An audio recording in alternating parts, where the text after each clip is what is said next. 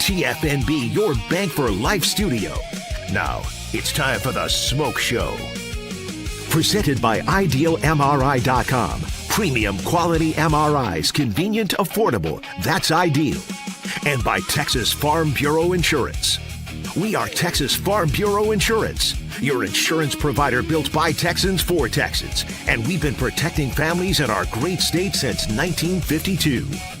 TFNB, your bank for life, serving Central Texans since 1889. It's time for the Smoke Show on 365 Sports with David Smoke and Craig Smoke.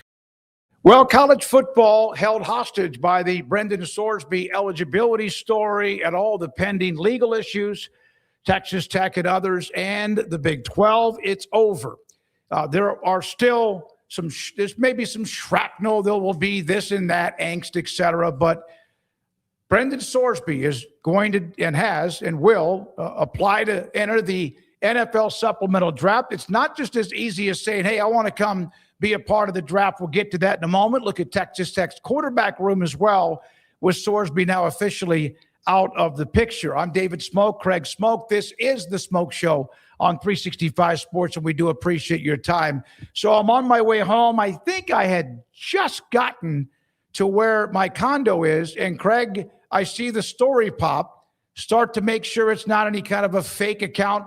And it didn't surprise me. It did not surprise me.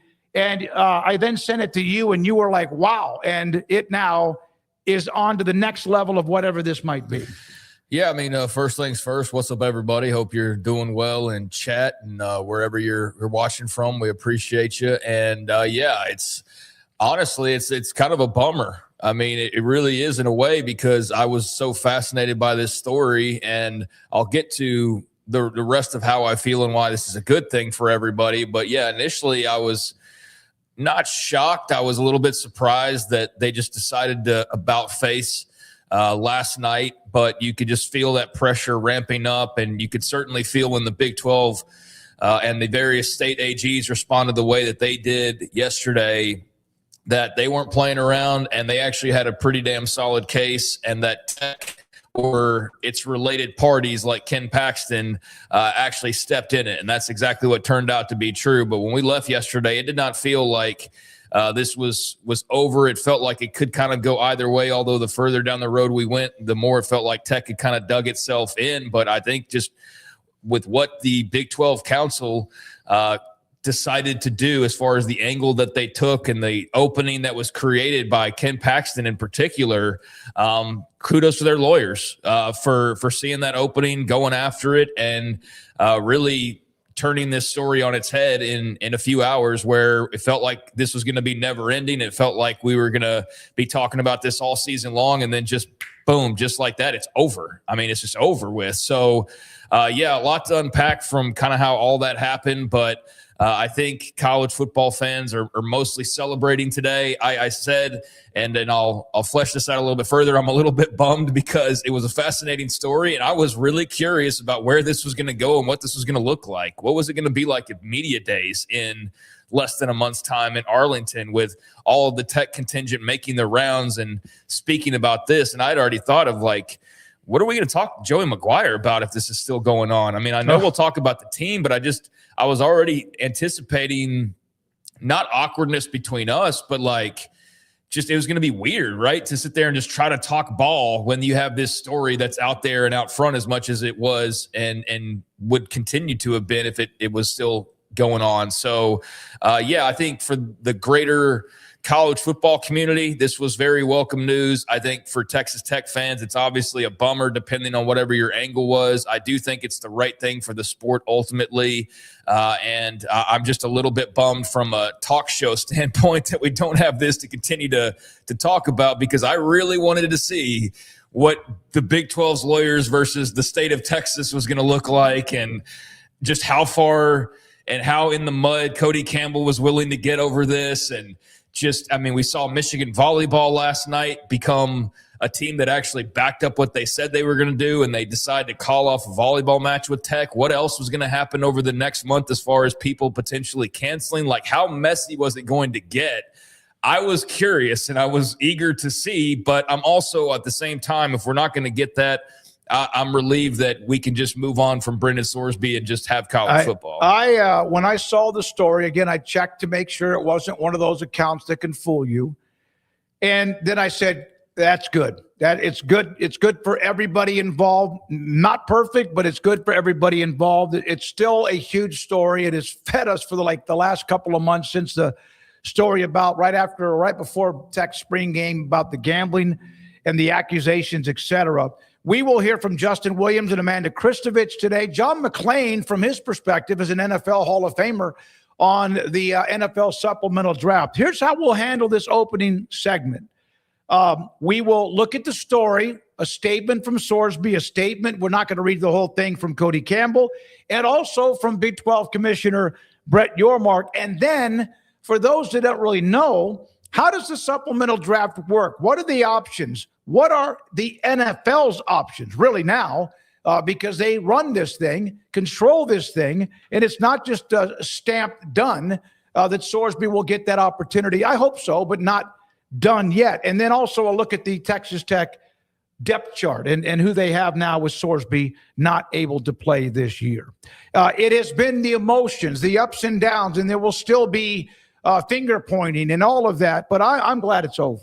I'm glad it's over. Let's look at this is what came down yesterday evening. I would disagree. Yeah, I mean, because what is it like? If you would like, for example, Big 12 Media Days, Joey McGuire sits down.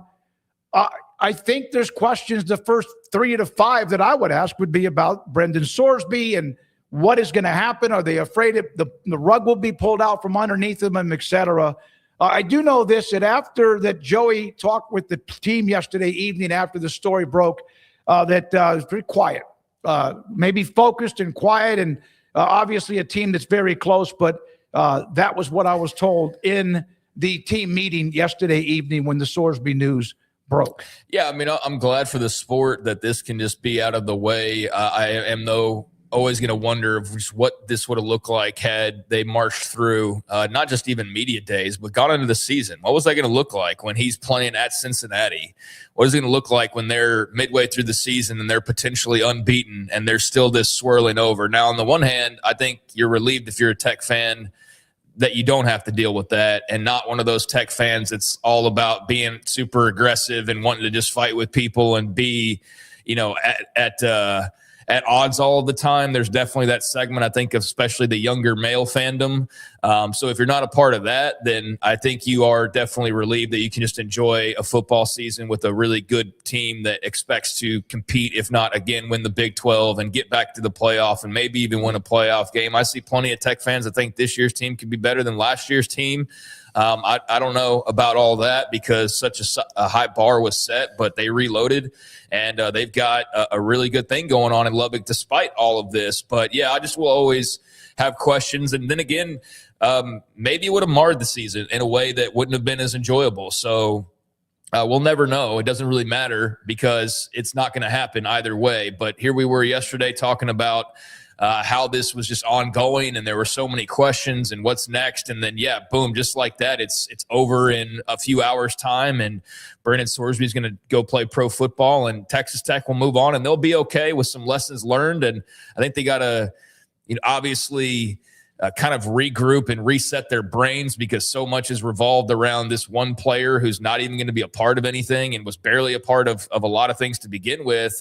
Granted, he got there a few months ago and got involved until this story initially came out. But, of late, obviously, has been taking care of his self. So I can imagine that meeting yesterday was a bit weird. I think there probably also was some relief on the part of just all those in the program that they had to have been feeling some of the external pressure. Not that they were going to buckle to it or anything along those lines or be widely affected by it, but I would think that there were some sighs of relief somewhere around the facilities when you just said, all right, we don't have to deal with this anymore. But it's a fascinating story. Could have been even more crazy, but we'll never know. And good luck to Brendan Sorsby as he goes off to the pros. Yeah, and we're going to hear from him and not verbally, but in just a second. So he makes the decision. He's going to enter or at least declare for the NFL supplemental draft. That came down with various Trey Wallace and Ross Dellinger and Pete Thamel, et cetera, that he is his eligibility in the NCAA is officially over. And he also, any of the lawsuits that were going back and forth are all now out the window. And then here's the story. Here's the statement from Brendan Sorsby. I'm grateful for the support from my family, my tech coaching staff, teammates, the community, and so many others who have encouraged me to address and learn more about this important issue as my journey continues. I remain fully committed to focused on the field being the best I can be, both on and off the field. There's the statement from the officially former Texas Tech quarterback headed, he hopes, to the NFL. I mean, he'll get an opportunity in the NFL. It's no matter how he gets there, I think, is the question mark now as far as the supplemental possibility or whatever the alternatives look like, but he'll definitely have a chance. He's a really good player. I mean, I don't think he was maybe as much as he was cracked up to be by certain segments at the height of this whole thing, but he's very good. And yeah, you can pick apart some things here and there, but that's college football. There's no line of like perfect quarterbacks that you start with. Everybody's got their faults and their flaws to some degree. And at the same time, for whatever he had of those, he also had some incredible arm talent. He had dual threat ability. I think he was a really good player. And part of me was just interested to see, forget all the outside hoopla and noise, of just like, what does he look like put into Texas Tech's offense with the weapons around him? And I know that's a sore spot for Tech fans, regardless of what side of the fence you were sitting on, was you were at least intrigued by what he was going to look like out on the field. So, of course, you've got others that you can now pivot to, and you should be okay. But, yeah, I would have been really curious to see how that would have played out on the field with that coaching, with that support system and those weapons around him. Now, we won't know that, but we do know that Tech appears as though they're going to continue to support him in any ways that they can. I don't know what that looks like with him now preparing for pro possibilities, if he'll even be around Lubbock or what. But I think it's great that they're still going to be there as a support system. And you would think he'd gone to college there for 4 or 5 years, the way that they've defended and protected and supported him throughout this, for better and for worse, for Texas Tech as an institution. But I have maintained all along that I didn't really, I cared about the initial decision because I care about college football, and there was only one decision to really be made. And this whole thing took off in a completely separate way than we imagined when a judge did the unthinkable. But besides just wanting that one rule to be the one rule that we don't ever break, once that was broken, I was very curious about Brendan Sorsby's actual recovery, and I've maintained all along that I hope he was actually getting help, and I hope that knowing that he still definitely has a problem of some sort, that he continues to do that, even though he doesn't technically still have to do that, because he's not trying to maintain eligibility or maintain a barometer with Texas Tech as far as how his recovery is going.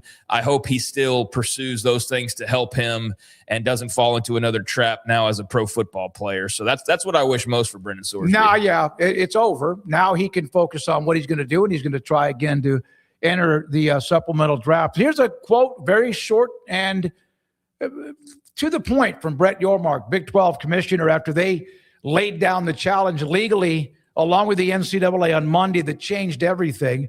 It's been a challenging week for both our conference and the college athletics landscape. The Big 12 looks forward to moving ahead as 16 strong. We wish Brendan Sorsby success in his future endeavors. Short, sweet, nothing else in that. We all know how Yormark felt. We know how 15 of the 16 programs felt. And we might really not know exactly how Texas Tech felt and if they ever thought it would end up with this when the injunction was won by Sorsby, if some people looked at each other and went, oh, damn, now what do we do? But that's yet another story, but this was short and sweet. The Big 12 Conference moves on. There's definitely a lot of Tech fans that are relieved that the decision's out of their hands now. I think I saw quite a few Tech fans and heard from some that were embarrassed by their handling of it. Then I saw plenty and heard from others that felt they were totally justified. It's just a matter of your your prerogative. But you get a large group of people, the hundreds of thousands of people or tens of thousands, you're going to have some split opinions. And I definitely think you got that with the Tech fan base. But I'm glad Brett Yormark didn't cave to social media and go try to sue Tech day number one without even thinking about it. I remember seeing Feinbaum, and he's always quick to punch down. But people like him who, like, the story was barely even a day old, and they're like, why hasn't Brett Yormark done this? Why hasn't Brett Yormark done that? Well, I think he did as great of a job as you could possibly do in this, and he was given a really big assist by Ken Paxton.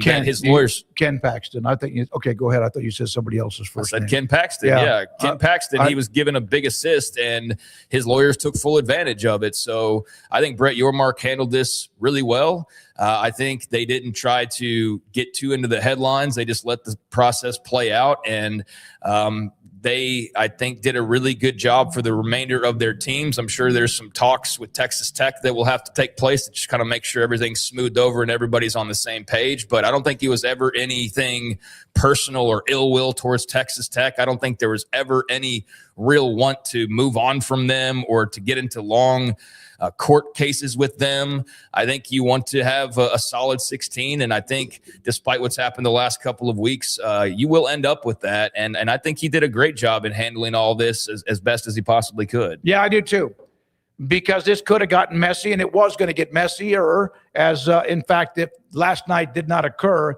with Sorsby saying, okay, I need to do something different and not play at Texas Tech. Cody Campbell released, the chairman of the Board of Regents at Tech. And, of course, we know Cody and very involved in their NIL, the Matador Club, and much more. It's a long statement, longer than I read it, but basically saying that they wish Brendan Sorsby the best. They will not want to try to get any of the money that Sorsby has been paid up until this point back.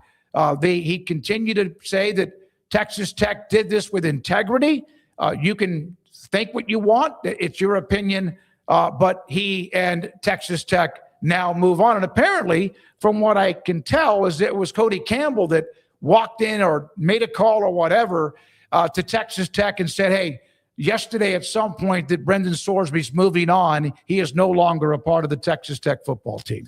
So was Cody Campbell running this whole show? I mean, you be the judge. If he was the one that ultimately decided to say, hey, this thing's not going to happen, it leads you to maybe wonder if he was the one that was keeping it happening while the last couple of weeks were playing out. Certainly he was the most aggressive and on the offensive of the Tech spokespeople.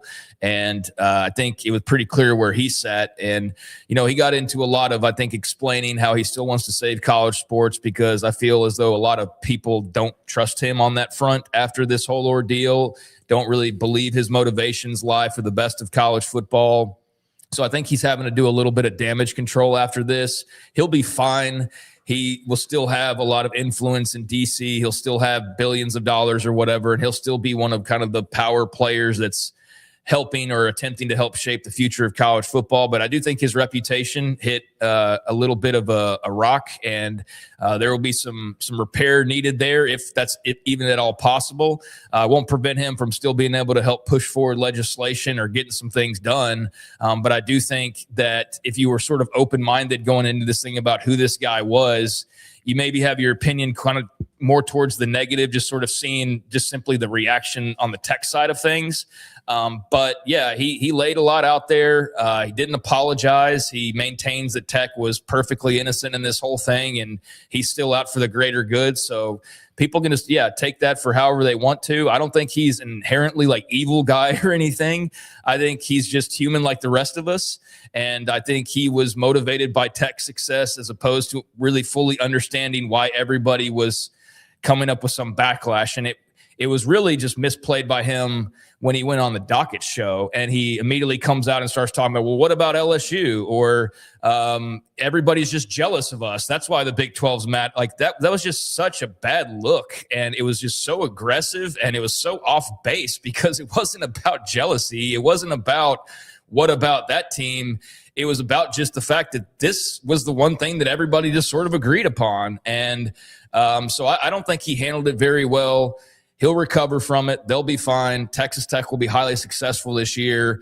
And I think this will mostly be a bump in the road for them as opposed to what could have been just like a massive ditch if this thing had continued on the way that it was. And maybe you don't quite recover fully if you keep going down that pathway. And so there we were, the president and also Kirby Hocutt, AD, also released coach statements last night too.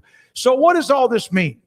How does the supplemental draft work? Charles Robinson, who's a great investigative reporter, but he made this comment last night. You can't just declare for an NFL supplemental draft. Sorsby, like every supplemental draft entry, is required to provide a rationale for their entry that is based on eligibility. The Big 12 mounting a protest versus Sorsby would have to argue an eligibility issue in 7 days. So that was from Charles Robinson. You don't just say, hey, I'm entering the NFL supplemental draft, because the NFL may not have one. In fact, there's been no supplemental draft since 2023. So here is how the draft itself works. How can you draft somebody like a Brendan Sorsby if, in fact, he is welcomed to be a part of it? The draft order first one was held back in 1977. The NFL supplemental draft is an alternate summer draft for college players who missed the standard draft filing deadline. Most of the players available have lost their collegiate eligibility, often because of academic or disciplinary reasons. It goes on to say, the order of the draft differs from the regular spring draft. The supplemental draft order is divided into 3 groups. Teams with 6 or fewer wins the previous year, the remaining non-playoff teams, and the 14 playoff teams. The order within each group is randomly selected. If a team is interested in selecting a player, it bids one of its draft picks for the following year on that player. The team that submits the highest pick is granted that player, forfeiting the corresponding pick in the next draft in April of a year from now. And so, in other words, let's say it gets to round 3, nobody's taking Brendan Sorsby. Then 9 picks into round 3, somebody takes Brendan Sorsby. Next year, they would give up a 3rd-round pick for drafting Brendan Sorsby. The last player, notable draft pick that actually is pretty good, was Jalen Thompson in 2019, a safety drafted by Arizona. You've had former Baylor receiver Josh Gordon. You've had former Ohio State quarterback Terrell Pryor. You've had Ahmad Brooks, linebacker, drafted in 2006 by Cincinnati. The first ever, Steve Walsh, remember that? The Cowboys took him the same year they drafted Troy Aikman in 1989. You had Brian Bosworth in 87, Chris Carter that same year from Ohio State, and Bernie Kosar back after he played at Miami in 1985. So those are some of the players drafted, but it's few and also far between. The NFL, how do they handle this? The NCAA determined Sorsby's betting was so problematic and pervasive that it warranted it ineligible. So the NFL could tell Sorsby to get his problems under control, continue the counseling, and seek the draft next year, like in April. The NFL could also view Sorsby's situation along the lines of the Big 12 in its lawsuit. The conference argues that Sorsby betting on his own team is particularly destructive to the integrity of sports. And by the way, there are some issues with that, and the NFL may say, no, you continue counseling, you need to worry about next year. Or if he gets drafted, if he gets in the supplemental draft, Craig, he can get drafted by whoever, whatever round, and still the NFL could say you're going to miss the first 4 to 6 games of the year. Yeah, I mean, a lot to digest there, and I still don't quite know how this will go for him, but there's an opportunity for him to get in the NFL and move on with his career. But, yeah, a lot of questions as to what that looks like. And gambling, despite however many DraftKings ads you see during the course of a broadcast, is still a big no-no. I think you ask anybody in the NFL that there's certain things that they can see on a player's profile, whether it's trouble or just troubling background or whatever. And they've dealt with a lot of different issues over the years, but there is something that's just sort of polarizing about gambling and how just controversial that is. It's just weird to say that somehow that can almost be treated more seriously than like an actual criminal offense that a guy has committed. But I don't think that's going to be the case with Brendan Sorsby. I mean, I think he'll get some counseling, and if he's smart, he'll continue to, despite not being at Texas Tech, get the programs that he was laid out with, like they laid out for him. I think he'll follow through on those in some capacity, maybe not directly in Lubbock, but wherever he ends up. I think that's just smart for him as a person, especially given that he very clearly has an addiction. If not, then I think that would automatically raise red flags for NFL teams of like, okay, why do you suddenly not need this? Thought you needed this really bad. Thought you needed it to be able to play college football. So I think, yeah, they'll look deep into how he handles all this. They'll see how serious he is or is not about it. And I'm sure that'll go a long way in determining the risk reward that they place on maybe taking a leap and jumping up and grabbing him in the supplemental draft. But he's a really good player. I don't know how that translates to NFL success necessarily, but I think he would have been a really intriguing prospect coming off of a strong, if not incredible, year at Texas Tech.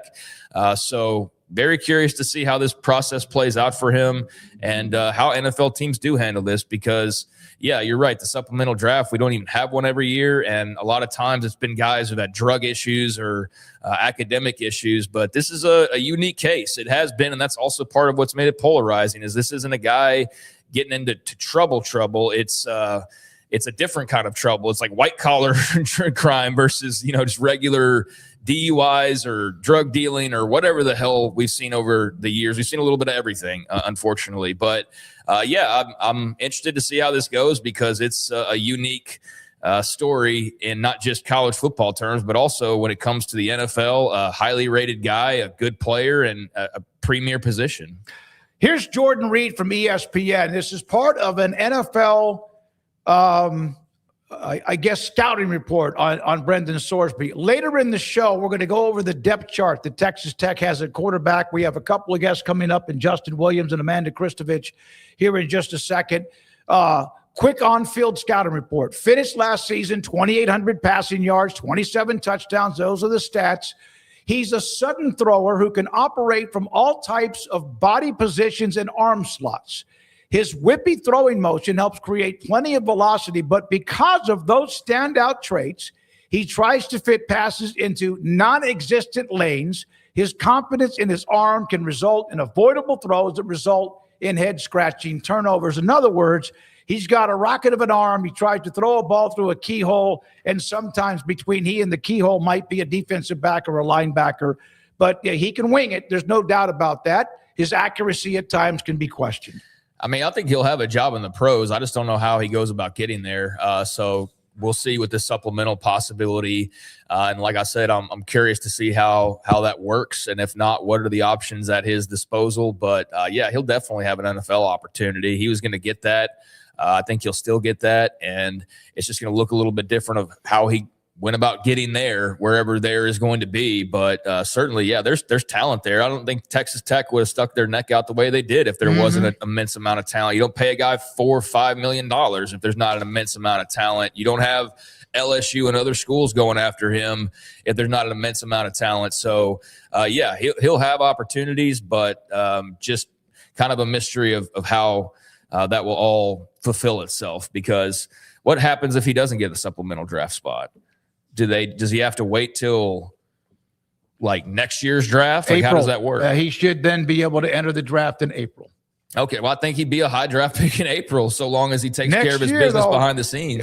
Then the quarterbacks that could, we said that last year, but the quarterbacks that could be available could also affect that quite a bit, because there could be a chunk of about 5 to 6 that might be first round capable. Very well could, but he's in that group though. Like, that's the thing, he was already in that group. I know. Yeah, I'm just saying it's a little more crowded in April than it is right now. Played a fresh football season, but when you're putting the list together of Arch Manning and Trinidad Chambliss and whoever else you want to throw into that mix, a lot of guys in that list are underclassmen. But yeah, Brendan Sorsby's in that list with Sam Levitt and all the rest of them that will for sure be eligible. So yeah, I don't know where he would rank in that list, especially without this season that we're not going to be able to compare with everybody else. But he's a good player. and he'll get an opportunity at some point. We just don't know exactly how that's going to work yet. One quick note from World Series in Omaha. It's 6-0 West Virginia leading Troy in an elimination game tonight. Elimination game Georgia, Texas will also play. We're now joined by Justin Williams, theathletic.com, who has been all over this story from day one. And he joins us on 365 Sports. Justin, thank you very much for your time. It's almost like the last chapter has been written, but no, not really, until we figure out and how everything affects Sorsby down the road, the NFL, and even Tech. Your thoughts about, is there a big sigh of relief around the country because this appears to be, this part of it is over? Yeah, I think so. It certainly seems like Brendan Sorsby's not going to play college football again. And I think that was the biggest issue, trending back to last Monday when he got the temporary injunction. That's where you saw all the outrage. That's where you saw a lot of the vitriol directed at him, directed at Texas Tech. A lot of people just very uncomfortable with the idea of him stepping on a college football field again. I'm with you. There's a lot of unanswered questions still about exactly how this is going to look in the supplemental draft and where this goes for Sorsby. And honestly, a lot of questions about what this means for Texas Tech and the Big 12 and that relationship moving forward. But it certainly seems like, based on all the statements and developments of last night, Brendan Sorsby is not going to play college football again. And so I think for a lot of people around the sport and outside of Lubbock, they view that as a win. Justin, if Ken Paxton, Texas Attorney General, doesn't come out at the end of last week and basically give a threat to the Big 12, are we still talking about Brendan Sorsby and him playing for Texas Tech next year? It's a good question. And honestly, I think the lawsuit that the Big 12 put out on Monday certainly had a big impact on how this played out. There was, kind of one of the details we reported, it's out there, but I don't know exactly how it played a role in that letter. But because of Texas state law, if Texas Tech is to go to court for any reason, the Texas Attorney General office represents them. Now, does that mean they had to put out that letter last week kind of preemptively? Probably not, maybe not. I'm not a legal expert, so I don't know exactly. But whatever the reason and impetus for that letter coming out, it was a huge part of the Big 12's lawsuit on Monday. Now, I think people on the Texas Tech side of things would argue that, they already had the injunction in Texas state court. They could have worked to get it ordered back to be in a local court, and eventually Sorsby, Texas Tech could have won. But again, you're kind of talking about hypotheticals, and you're talking about a long timeline. And to me, that was the biggest thing that Big 12 lawsuit did by filing in federal court and making the argument that it did.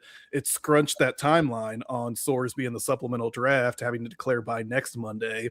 And I think, on that and the NCAA's appeals and all these other attorneys general from different states kind of popping in and supporting the Big 12, all these concerns and issues just continued to stack up. And it got to the point for both Texas Tech and Sorsby where it just didn't make a ton of sense to continue fighting this with so many unknowns heading into the season. And, that's why Sorsby made the decision to declare for the supplemental draft. And certainly the Big 12's lawsuit yesterday was at the center of that. And I should also mention, that it wasn't just Paxton. Jeffrey Kessler also came out the same day, also had a bit of a threat, I guess you could say. But regardless, that happened, and their reaction was what it was to where we're talking about what we're talking about right now. And you brought up the relationship with the Big 12.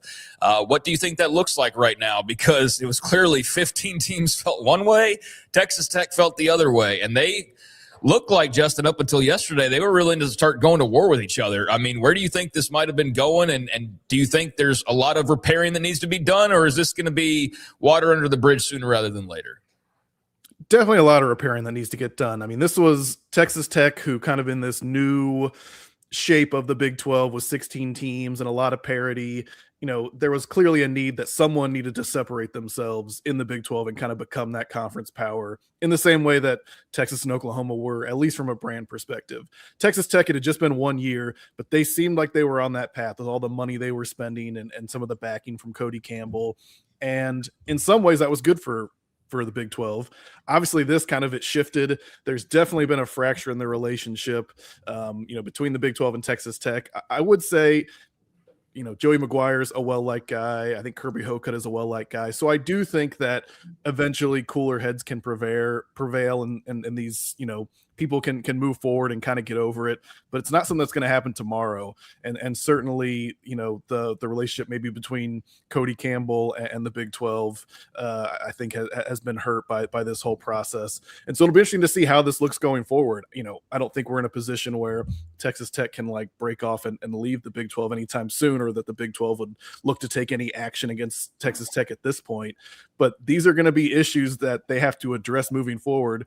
And the next time they have some big meeting to discuss, whatever it is, transfer regulations or different play rules or, sideline review discussions, things like that, the normal stuff that you kind of do in the day-to-day of a conference, there's probably going to be a little bit of this lingering and hanging over that. And I don't know exactly when they'll get over it, but it's something that's going to have to be taken into account. Who took the biggest hickey in all of this? Was it Tech? Was it Kirby Hocutt, Joey, Cody Campbell, the president? Who took the biggest hickey in your opinion? That's a good question. I don't know enough about, like higher education on the academic side to maybe speak with a ton of intelligence there. I do think having like the president's name on that letter a couple weeks ago, and them coming out so forcefully in support of Brendan Sorsby, I think that's something that could even linger on campus and just certainly kind of, within the university sphere and structure. So I'm curious to see how that goes. Another part of it too is like, look, if Texas Tech goes out and plays well this year, if Will Hammond is healthy and, they make another run at the Big 12 title, there's going to be a lot of like, earned defiance, I guess, from Texas Tech on that point. And their fans are certainly going to, be making noise about that. So I think part of this will have to do with how does Texas Tech look on the field? If they're really missing Brendan Sorsby, there's probably gonna be a lot of anger.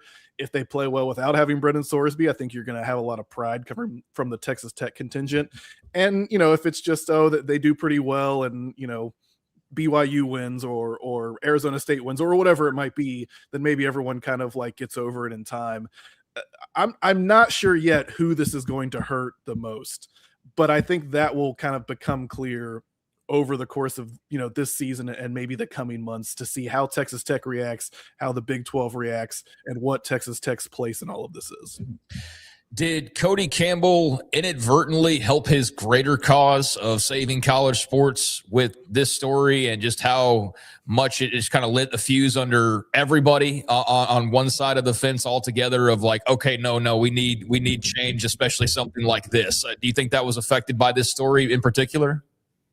That's another thing that'll be interesting to see, right? Like there's some people, wondering was Cody Campbell playing chess with all of this, where by this Brendan Sorsby thing happening, it actually might have pushed the Big Ten and the SEC and some, people at the NCAA office to be like, actually, we really do need this bill to pass so that we have some control and can make some rules. Cody Campbell, a lot of people have kind of, drawn opinions about him over the course of this. He believes what he believes. He has his convictions. He loves Texas Tech. He is fighting for this, legislative bill. I think a lot of people wonder how you can square both of those things, or clearly they came to a head.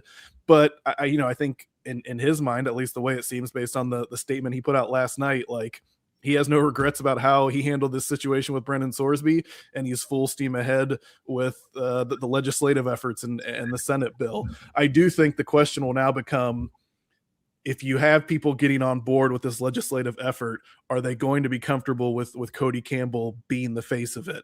And look, politics and infighting is what causes a lot of issues in college sports and in politics. So it's going to be one of those things like, if Ted Cruz and Maria Cantwell can come together and put a Senate bill together and maybe get enough support to turn it into law, can the SEC and the Big Ten get over the fact that Cody Campbell's involved in this? Can the Big 12 now get over the fact that Cody Campbell's kind of the face of this? These are all things that are going to play out, over the next coming weeks and months. And at some point, someone, whether it's Texas Tech, Cody Campbell, or the Big Ten, SEC, other Big 12 schools, are going to have to put their pride aside to kind of get some progress moving forward. We know that can be tough sometimes when you're talking about these groups of people. So it'll be interesting to see who and when they're willing to do that. Justin, there's also the possibility of anything criminal because of what Brendan Sorsby was doing. And I wonder, do you think that moves forward with him? Is that something he's going to have to deal with at some point? Or do you feel like because of how this has ended, that bygones be bygones. I don't know if the federal government or FBI or whoever's involved in that, local authorities, would usually just say, okay, he's been through enough. But what are your thoughts? Yeah, in the same way, I'm not a legal expert. I'm not like a criminal charges expert, but I have kind of you hinted at this, Smokey. I have a hard time believing that a federal law agency would just be like, well, he can't play college football anymore, so maybe we just move on too. I doubt that's going to happen. That was an interesting thing that popped up in one of the NCAA appeals on Monday that was released. It mentioned a federal law enforcement being the agency that tipped off the sports book, that tipped off the NCAA. Previously, as far as I know, it had just said law enforcement. So now the fact we know that it's some kind of federal law enforcement agency that was involved in this from the beginning, I have to think, based on the amount of betting he was doing, the different states he was in, that when all this betting occurred over the past 4 years, there's going to be some criminal aspect to this at some point. When that hits, what degree of criminal charges we're talking about, I don't know. But I think that is kind of another shoe that is hanging out there that could drop. And then also, all right, so say he gets granted, approval into the NFL supplemental draft, which isn't a guarantee. Is there then going to be some kind of suspension on there? Do they say, hey, you're going to be in the draft and the team can take you, but you're going to be suspended for the first year? And what does that look like? I still think there are some things on Brendan Sorsby's end that he is going to have to navigate and figure out as this process moves forward. It just won't be with the potential of playing college football kind of hanging out there either. Justin, final thing for me. I think all of college football, just people who care about the greater good of the sport, are ecstatic with this ending and him not playing.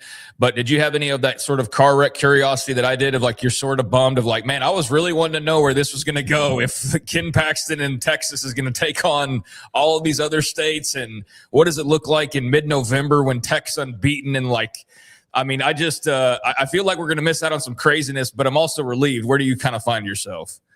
Yeah, personally, I'm relieved. I know, last night as this was happening, I think my editor was kind of like, man, I was kind of curious to see, like you said, kind of where this car wreck goes from here. Look, in kind of a, I don't know, sicko way, like, it was interesting, right? It gave us something to talk about for the sport. At what cost? I don't think anyone liked the idea of all of the negative sides of this, but man, we've had so many of these situations in college sports, college football specifically, over the past couple of years, where it just felt like any rule, whether it was a rule people agreed with or maybe a rule people didn't agree with, like it was getting shot down or things were getting changed in court. And whether you agreed with the NCAA or not, I think a lot of people were kind of just throwing their hands up and being like, there are no rules. What's the point here? It was, I don't know, maybe a little interesting or even heartening to see, like, here's something that for the most part, again, maybe outside of Texas Tech, everyone seemed to be on the same side. Everyone seemed to disagree with Brendan Sorsby playing college football. Not anything against Brendan Sorsby, but just the idea that you can't gamble the way he did and then play college football, that fall. And so it was interesting to see that one way or another, kind of the public opinion and the convictions of all of these people did eventually kind of force the outcome that most people thought would happen in court. It just kind of happened in a roundabout way. Last thing, Justin, we had Chad Brendel. You know Chad very well on Friday's show, and he said something during that segment about he got to know Brendan very well, covering him at Cincinnati, liked him a lot, did not hear many people ever say anything other than that. But he also said, because I was always wondered about how is Brendan Sorsby mentally. Yes, he's got to deal with the counseling and all that, but sometimes, man, it's like a mountain is coming down on you, and a lot of things are being said. He said that Brendan did care about what people said about him. Do you think in the end that had any impact at all on him? I think it certainly was something he was aware of. I think it was something Texas Tech was aware of. Look, I don't think anyone involved, Brendan or Texas Tech, was prepared for the amount of blowback that they got in the wake of the decision last Monday to give him the injunction. I think if, without a lot of the pushback, whether it was legally or publicly, Brendan Sorsby wanted to play for Texas Tech and Texas Tech wanted Brendan Sorsby to play quarterback for them this season.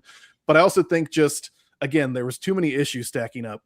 Brendan Sorsby didn't want to go past the supplemental draft deadline and have the possibility of not playing college football this fall. I also think he and Texas Tech both didn't want to potentially punish his teammates and the whole team with maybe a sanction and not being able to play in the Big 12 championship game because he kind of hung around and stayed with it. So I think it's something that Brendan certainly cared about and was aware of.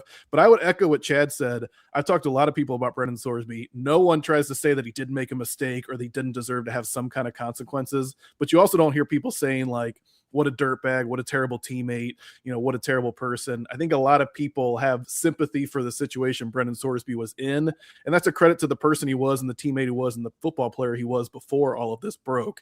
And so on that sense, I certainly, for Brendan's sake, hope that he's able to that this isn't the height of whatever his college football career would be, that he's not remembered solely because of this scandal in college football, but maybe has a chance to go on and actually have a long and successful career in the NFL. Okay, go start working on your Too Deep and previews and whatever else for anything you're going to start. I'm just kidding. You've done an incredible job from day one on this, and thanks for your time. We appreciate it. Enjoy the rest of your day. Yeah, love coming on anytime. Appreciate you guys. Justin Williams, theathletic.com, with us on 365 Sports. And then somebody else who's been on it from the beginning, Amanda Kristovich, Front Office Sports, joins Craig and me, 365 Sports. Amanda, when you saw he's going to leave, he's going to at least attempt to go into the NFL supplemental draft, what was your personal reaction or emotion at that moment? Well, my personal reaction was that I had planned to have a bit of a self-care night on Monday night. I was going to do a face mask. I was going to blow dry my hair. So a bit of irritation that this couldn't have happened at 2 p.m. on a Tuesday. No, but seriously, my personal reaction was, thank God. This is the right decision for all parties involved. I just couldn't imagine Brendan as a person having to go through however many more months of litigation, of pushback, of criticism, all the while that he's trying to, recover, that he's trying to play football. And the same goes for Texas Tech. I can't see another path that would have made any more sense. Amanda, as somebody who's been in a lot of courtrooms, covered a lot of politics, what did you think last week when you got Jeffrey Kessler coming out on the offensive, Ken Paxton coming out on the offensive? Here comes the Oklahoma Attorney General. Here comes, then yesterday, here's various other states' attorneys generals. We were in store for a crazy ride that we will never get to see what that would have looked like. But politically, it ramped up in a hurry, didn't it? Yeah, I mean, the Attorney General involvement wasn't the biggest shock ever, because obviously we've seen state attorneys general, including Ken Paxton in Texas, be pretty involved in college sports. But the fact that they were sort of fighting with each other with these letters was pretty crazy. I also thought it was interesting that Ken Paxton decided to take Texas Tech side rather than sort of stay out of it and stay neutral in the state of Texas. Obviously we can speculate about political motivations there, but I thought that was particularly interesting. Whereas the attorneys general who came out in the other states, they didn't have anybody who was going to be against them. They were able to say hey, these are my Big 12 schools, whatever. Right. Whereas in the state of Texas, there was a disagreement among schools about how to handle this. So I thought that was kind of interesting and was curious to see how that played out. But, I guess we won't get to see it. So what happened? Sunday night, Brendan Sorsby apparently was discussing his future with Texas Tech and whoever else involved in that. And then all of a sudden, because of what was already on the table, the representatives of the NCAA, the Big 12, the one law firm, they came down quickly here. This thing, when that came down, Amanda, I saw the reaction oh, damn. Did this spook Texas Tech? Did this spook Brendan Sorsby and others? What happened? Why did it if it did? I'm not sure that it spooked Texas Tech and Brendan Sorsby so much that it just solidified the new reality that they were going to be living in, which was that they were going to be embroiled in litigation with their own conference, with their own member schools. they, like Texas Tech as a school, Brendan Sorsby himself was going to be the subject of that litigation, even though the Big 12 didn't name him as a defendant, right? Obviously, he brought the lawsuit against the NCAA, which was appealing that decision as well. But I think they sort of started to see the walls closing in. Like I feel like it wasn't so much that they became so intimidated, but they realized, because honestly, like the folks at Texas Tech, like they don't get intimidated. Like in my experience with them, like they don't get intimidated, but they sort of started to see that like the juice was not worth the squeeze. Like Brendan Sorsby is a terrific quarterback. They're obviously not in a great situation now when it comes to, on the field. Like it's not like they have a transfer portal opportunity opening up. They have to use who they have, but they, I think, just saw like, is it really worth us going through this? Brendan, his family said, is it really worth, our family going through this, putting Texas Tech through this when Brendan does have another viable option to play football and make money? So, Amanda, I know we don't know everything just yet. Some of this is going to have to play out. I asked Justin this as well, and I know it's probably a bit too early, but I'll ask you anyways. Does Cody Campbell inadvertently help his cause, his big picture cause, with how all this has gone down? Yeah, I wonder about that because I did write a story last week about how there were some folks in Congress who were in favor of the bill who were saying, this is like the best thing that could, not that anyone thought it was a good thing, but that the decision was potentially going to be used as an example in Congress of why this bill needed to be passed. Whether or not the bill actually would have been able to prevent the specific situation with Brendan Sorsby, it did address sports gambling.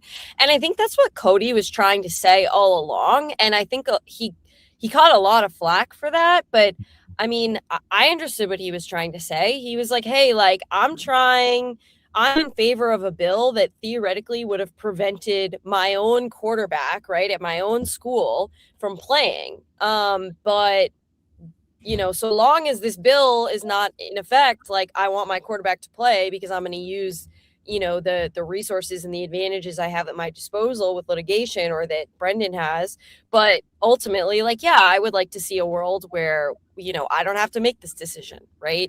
So yeah, I do think that like inadvertently it could help, but I certainly don't think that it has been, a week where Cody Campbell made many friends. I've seen a lot of folks who were neutral on him or hadn't really criticized him before definitely were criticizing him this past week with supporting Brendan Sorsby.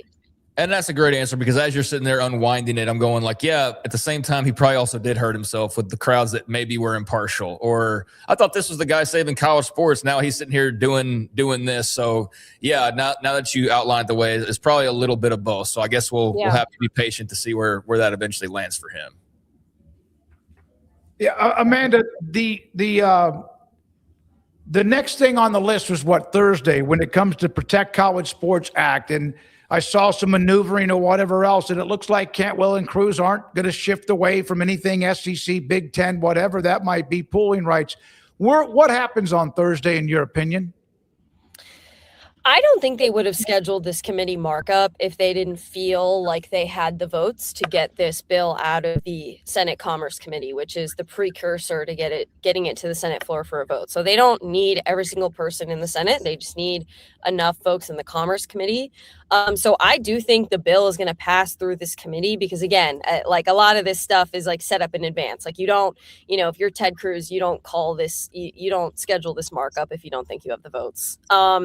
But, and there will be other amendments that will be proposed. It's possible someone could try to get an amendment that's more amenable to the Big Ten or SEC tacked onto the bill. But like, I don't know that is going to be successful. I think if that's going to happen in the moment. I also, I and other folks, I believe also including Justin, obtained a copy of this new bill, this amended bill that they're going to be discussing, right, that they sent out last night. And the bill does not really have meaningful changes with regard to things that the SEC and Big Ten were upset about at all. They did make one change where they really strengthened the ability to govern women's and Olympic sports opportunities, to like force women's and Olympic sports to continue to exist no matter what, which I can't imagine anyone thinks is a bad thing. But other than that, there weren't a lot of changes. So the pooling the media rights, as you said, the Big Ten SEC merger prohibition still in there. So I think we'll have to see if once this gets out of committee, if it does end up passing the Senate floor without the Big Ten and the SEC's approval. One thing on protocol involving Sorsby or anybody that might have been involved and get caught gambling, whatever, is when we've had a guest on before, it was so we knew that Cincinnati had been alerted to something, and then they sat down with Sorsby, who said, no, I'm fine. And basically lied to them. Why would it not be something in a protocol with computers the way they are, spreadsheets, whatever, that everybody in the country knew about that when in fact it was brought up? Why would they not have that when it comes to potential gambling from any student athlete in the future? That's a good question. Like, why wouldn't they have that sort of data and information? Because we know that the NCAA was alerted by federal officials or whatever, right, and by a sports book. That's how all this started back in the spring, because obviously it was not out there unless there were rumors, but nobody went with it. But with Cincinnati, and we've discussed that when they were alerted, they had him come in, and he basically lied to them. He could bet on some things, but he lied to them. And there was nothing else they could do, I guess, or no other way of doing it because of protection of whatever information you have. Shouldn't that now start a database just like the transfer portal? Hey, so-and-so from Troy or Cincinnati or Tech or whatever, there's a flag here. Just make sure you know it's there. Yeah, I think that's an interesting concept, but I also think that anyone who has a flag theoretically would be under NCAA investigation, because even if you're betting on pro sports, which isn't like it's prohibited, but that's like, the least punishment, right? Like you have to do some like gambling education or whatever, and maybe pay a fine, or I forget, but it's like, it's not a lifetime ban. I think that so if there's a flag, it means you've already done something wrong, theoretically, that the NCAA would be looking into. I think that it is very difficult and I do think there are probably some privacy laws around, that sort of just raw data.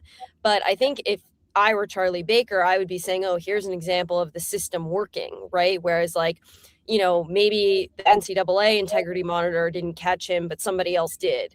And so I do think that like the technology we have, as you said, is very good with regards to figuring out who is placing bets and whether or not, they're specifically with regards to integrity, which obviously wasn't really the case here.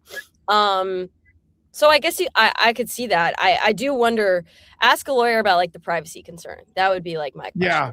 That might be it. Hey, I know you got to go. And thank you so much for making time for us today and all the times before. Your legal work and storytelling is not over, but good luck at least getting that hair day or whatever you needed. Thank you, Amanda. Oh, thank you. I'll do the face mask today or tomorrow, some other time.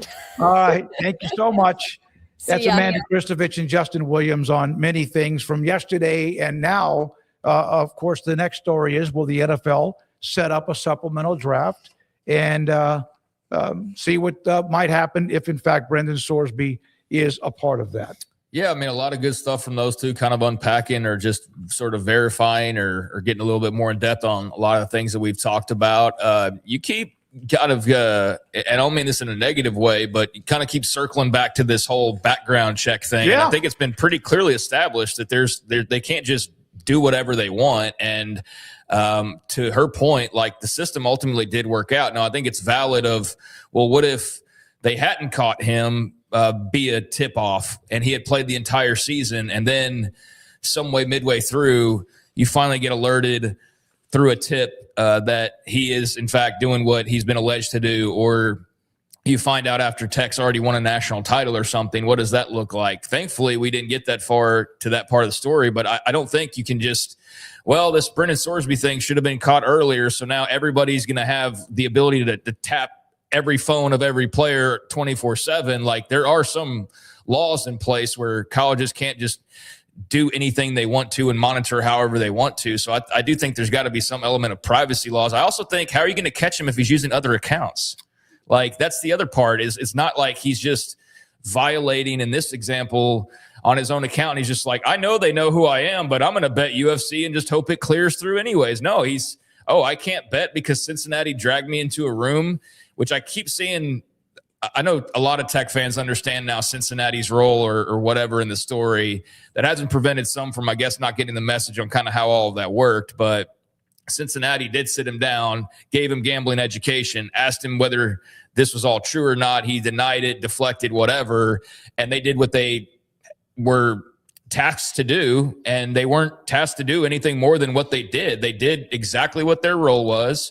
He moved on. He decided, I'm going to keep gambling and just hide it, and I'm going to be extra careful. I'm going to give it to my cousin or to my whoever, and I'm going to do it through there, or I'm just going to send them money and have them put all of the information in. So how do you monitor that? You can't. So, I think your point as far as, is there more they can do, valid, but I also think it's been made pretty clear of, like, they already do a lot. And I don't think you can just do this, snap your fingers and do more necessarily. So, yeah, I think the NCAA, to her point, it actually proved that their process worked because they got tipped off. Something looked funny.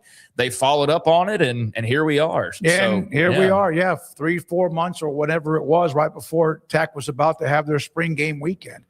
All right, so a lot of that. Thank you to Justin and Amanda giving us a lot of different angles to the story and hearing from you as well. We appreciate you watching on the YouTube channel, 365 Sports, and also on Twitter at David SMOAK on my timeline. When we come back, we're going to get into, we'll update you on the College World Series, but also get into Texas Tech's quarterback depth chart and room on who's in it. We know Will Hammond is, but right now still not quite cleared to play during the fall. We'll have that and more. We do appreciate everything you do with us and our access back and forth. This is 365 Sports. North Star Funding Partners. Have you heard of the new IRA, Insured Retirement Advantage? The Insured Retirement Advantage is a smarter way to help you achieve your savings and retirement goals, as it will help you create a supplemental tax-free income stream, maintain liquidity for other investments or business needs, and protect your family in the long term. Transfer wealth efficiently. It's a unique solution for clients who are financially strong, also make a minimum of $150,000 per year, but haven't yet achieved their savings and retirement goals.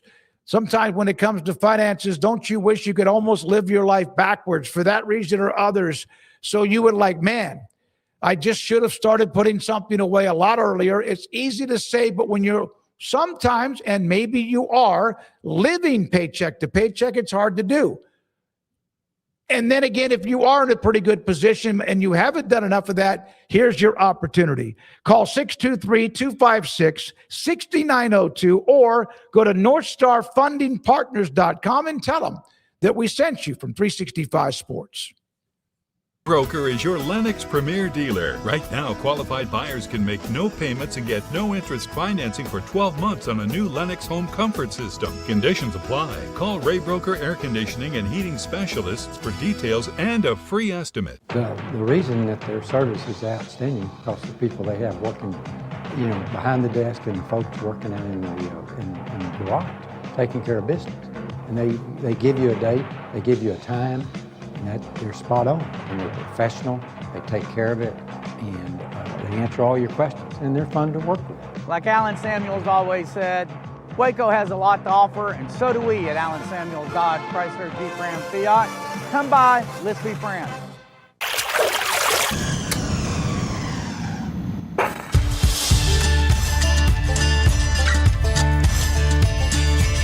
Bold are the adventurous. Determined are the leaders. Faithful are the healers. At Baylor, you'll find your calling, your people, and your purpose. Dare to be you, indeed. It's time to compete against yourself, finding too many excuses not to work out combined with bad eating habits, and Waco Regional Tennis and Fitness can help reach inside your competitive soul. Discipline, getting results you've only dreamed about, personal training, group exercise classes, and even a tanning bed, world-class tennis facility, and pickleball courts and lessons available. Waco Regional Tennis and Fitness, spacious, clean workout rooms, free weights, state-of-the-art technology, weight training equipment, and no intimidation. It's time for you to react today, not tomorrow, at Waco Regional Tennis and Fitness on Lakeshore Drive in Waco.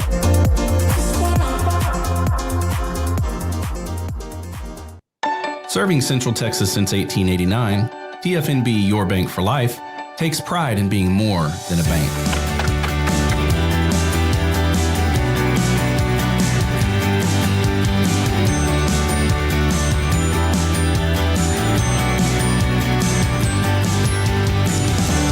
TFNB, we remain committed to these principles.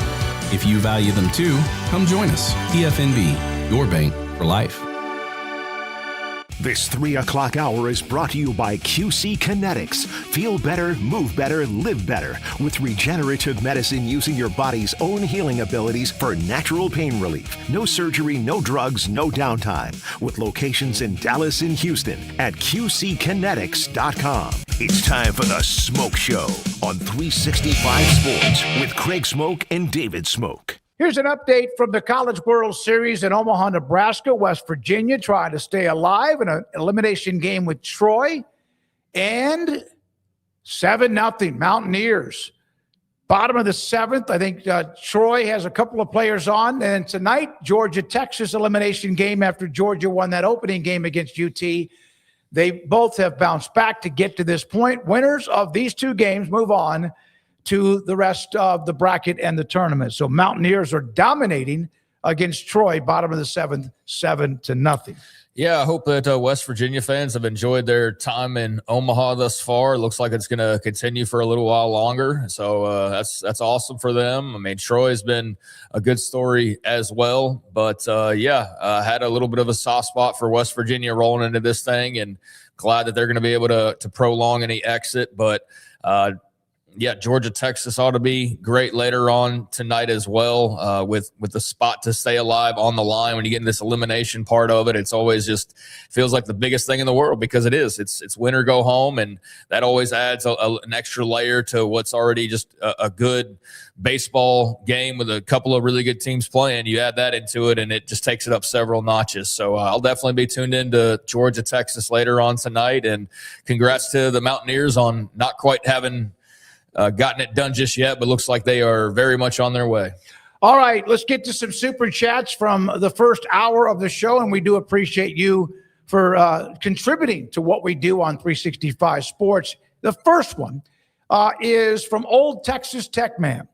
The Michigan canceled 1 hour before Sorsby news our starting quarterback, Kurt Francis, until Will Hammond. I'm not sure exactly what this is kind of a – we're going to get to the depth chart, but thanks for the check. What he's saying. The Michigan canceled 1 hour before the Sorsby news. I brought this up, Craig, yesterday evening. Sorsby's girlfriend's on the Texas Tech volleyball team. I don't think that had anything to do with it, but you wonder if just like that little like needle is against the volleyball team. They didn't do anything wrong. And I wonder if it's anything to do with the fact that his girlfriend played for the volleyball team. I think it has far less than Old Texas Tech, man. Keep that up, by the way. I mean, I can understand what he's asking here. So yeah, the first part's about Michigan and the cancellation. I think it's coincidence that his girlfriend plays. I don't think anybody at Michigan is seeing all this and needs to add on, oh, well, his girlfriend plays there, that's why we need to cancel. I don't think that's why Michigan canceled. I wondered if the reaction to that, like Sorsby was like, okay, come on, man. I mean, I'm sure his reaction to a lot of this has been, come on, man. But, yeah, I don't think his girlfriend playing for Tech volleyball changes the fact that Michigan was looking to cancel Tech volleyball. I think that's just a coincidence, like I was saying.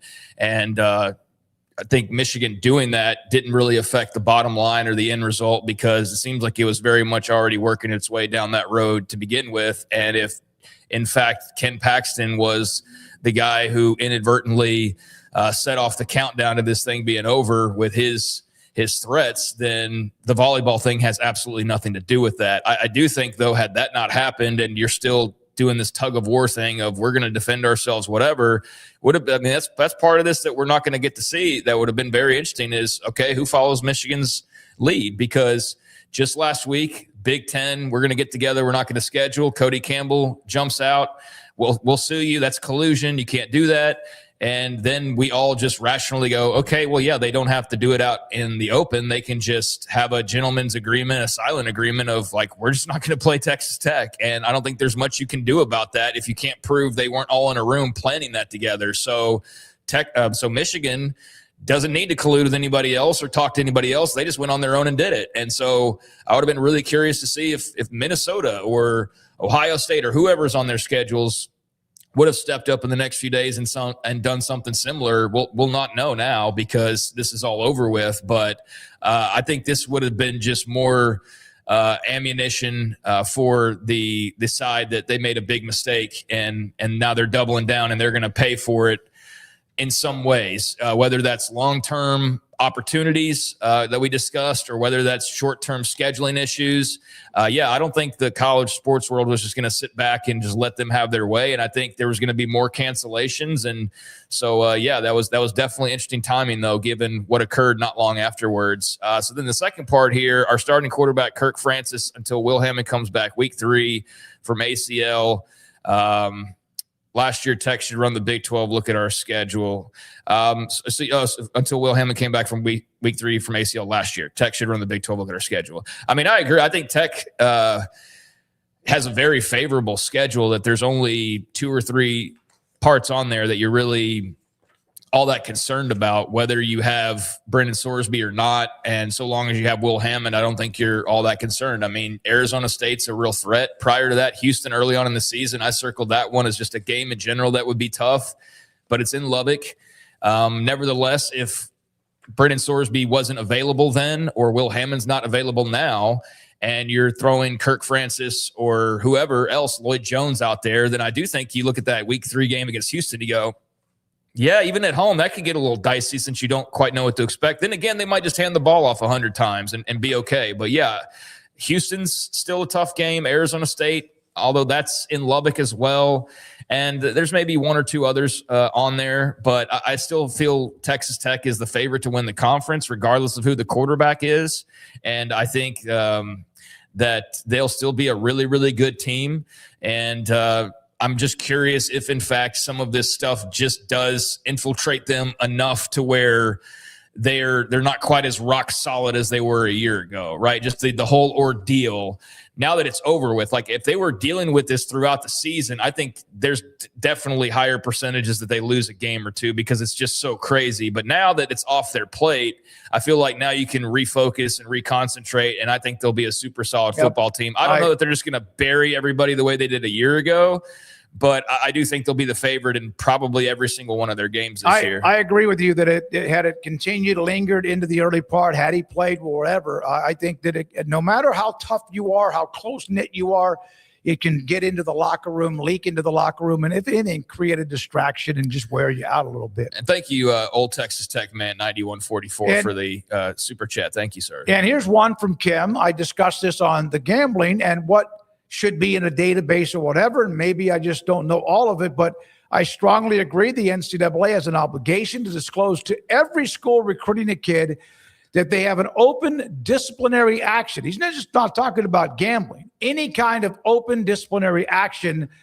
on file. And so, Kim, thank you very much, along with Old Texas Tech Man, with your super chats. Yeah, I just don't know legally how possible that is to have every single infraction for every single of the thousands and thousands of players through the dozens of sports that you have. I mean, I get where you're coming from, though, and if you had that capability at Minnesota to just log into a database and see a player you're recruiting and, they had a misdemeanor thing at Georgia Southern, and then they had another thing, like a cops backlog or like whatever the proper terms would be for that. I mean, yeah, that'd be good. I just don't know if that's legal or what the restraints are on background information for these colleges. And then what they can share with each other on a wide basis. I mean, your idea sounds good in principle. Like, let's just have a database and you can look up anything you want to on anybody whenever you want to. It's like, yeah, but there's these things called laws. And I don't know that the laws allow you to do that, but maybe they do. And if they do, then it's not a bad idea. Yeah, it's kind of like when I've brought this up before about how to keep up with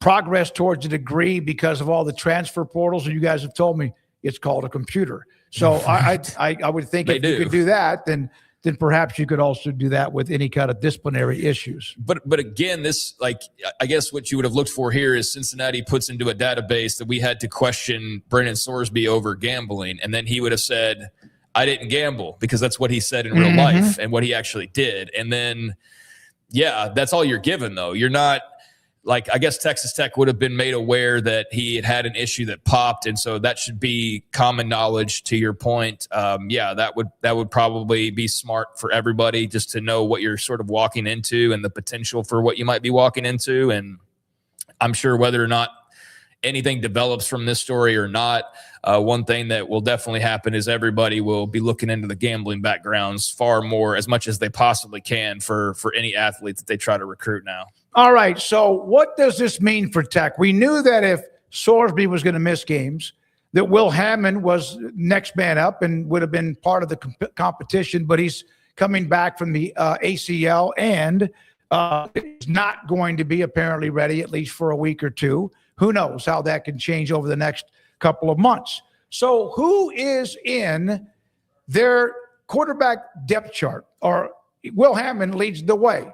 Here are just a few notes about some of the players that they have at quarterback. And not going to go through all of these stats, but give you an idea who's on the depth chart. And there's one name that's not on there we'll get to in a second. Will Hammond, Hutto, has played a couple of years. A heck of a guy. He can run too. Last year had 5 rushing touchdowns. Didn't really have a lot of stats last year, but when he needed to play in a couple of games in particular, Utah, he was fantastic in that game on the road. And then also played pretty well at Arizona State with a couple of touchdown passes. So that's Will Hammond. And Craig, we know him. We'll get to each one of these. We know him and seen him. And he is, I think, one hell of a good player. Yeah, he's good enough where people felt like all of this wasn't worth it to begin with because you had Will Hammond. It was just a matter of his injury being the wild card in this whole thing and not knowing when he'd be available. If he's healthy all offseason, do they go get Brennan Sorsby? I wonder that. I actually still don't know the answer to that. I know the answer seems like it's a slam dunk of no, they just would have moved forward with Will Hammond, but would they have if they thought they could go still get Brennan Sorsby? If they thought they could get Sam Leavitt? I don't know. But we'll never know. So unless Joey just wants to off the record tell us at Big 12 Media Days or something, maybe we can pick his brain on that. But Will Hammond's a great player. Well, he's a really good player. I don't want to say great yet because there's a lot of room to grow, but he's really solid and dynamic and a dual threat and tough and I think a leader. And I think there's still just a lot to be determined as far as how polished his game is at the college level. But all of the things you've read about him and his preparation and his knowledge of the game, his football IQ, et cetera, it's all top notch. It's all, I mean, he's not your prototypical 5-star quarterback that's winning Elite 11 and all of that, but he's a really damn successful at a high level in the state of Texas high school quarterback, which is definitely the kind of guy that can go win a bunch of games at Texas Tech. So, yeah, I think the biggest thing for me is just don't rush him back. I mean, just don't try to get him back by week 3 when he'd be better to come back in week 4 just because you need him for Houston. I think he can win you a lot of football games, but if you bring him back, and I know that they won't, but I'm just saying if he comes back and he's not 100% and then you're dealing with a less than 100% guy from there on after because there's no breaks, then yeah, we won't see his full potential. But if he comes back 100% healthy with the running backs they have, with the O-line, the receivers, I mean, the defense, everything around him is going to be really, really top-notch. So I think he's more than capable of taking them to the same heights that they reached last year, if not a little bit beyond that, because he is definitely more of a playmaker overall than Baron Morton is. No, he can sling it from different angles too, by the way. All right, a couple other names you may not know. If you're a Tech fan, you probably do, but Lloyd Jones III, redshirt freshman from Hitchcock, Texas. didn't play much at all last year because of Baron Morton and also Will Hammond. He's on the list of redshirt freshmen, very talented player. Then there's the transfer from Tulsa, Kirk Francis, who's played quite a bit in his career. In fact, at the very bottom of his name, you see he's thrown for like 3,000 yards, 18 touchdowns, has thrown too many interceptions. His last game he played last year at Tulsa, he was 20 of 34, 3 picks and a touchdown for 175 yards, so that was not a good way to end the year. He was brought in as being a part of the depth chart, not knowing about the Morton and Hammond, but brought in as a Tulsa transfer, and his name is on that list, at least when it comes to following Will Hammond on the depth chart right now.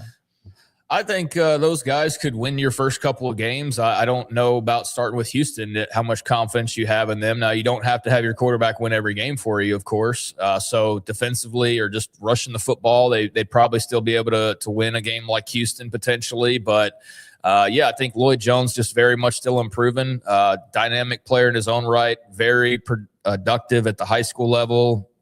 A guy who has a lot of talent, but I just think, as we saw last year, he's just very raw. Like he doesn't have a lot of experience, and I don't know that he's quite ready to just throw in there and say, all right, go. Now, maybe another full off season has, I'm sure it's better prepared him in some ways, but yeah, I mean, the player that we saw last year for a little bit was just clearly kind of the distant guy in the room, but somebody that here in a couple of years you feel like, all right, you throw him out there, he's going to be good to go. Just not yet. Kirk Francis, I mean, a guy who's played a lot of football. I think that's probably his best trait, is he does have a good amount of experience from his 3 years playing at Tulsa.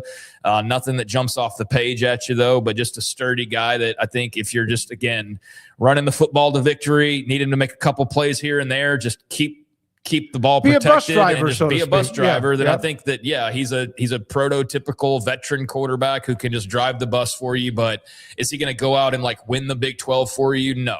And that's the thing too with Texas Tech, is that's not what happened last year. I mean, it wasn't. Baron Morton was very good in some spots, but it wasn't as though he went out there and won it. So they don't need the quarterback to be great. I think you may, if you want to take a couple steps forward from last year, and that was the idea with Brendan Sorsby, was now we've got an elite quarterback that we pair with all these other elite spots, and this is going to be us now beating Oregon versus getting shut out. This is us getting past Oregon, getting into the next round, maybe winning that game. I don't think anybody on this list gives you that confidence other than Will Hammond. But, to win the first couple of games, to go up to Corvallis and beat Oregon State, I think Kirk Francis can help you do that. And I think Lloyd Jones could probably do that as well. He's just far more unproven at this point in his career as just a redshirt freshman. And then a couple of young whippersnappers, including Holden Phillips out of Friendship High School. Didn't play much. He was 1 of 1 passing. He, of course, is a redshirt freshman. And then also on the roster is who committed from the class of 2026, Stephen Cannon, who's out of Georgia, won a couple of different state championships in track and field.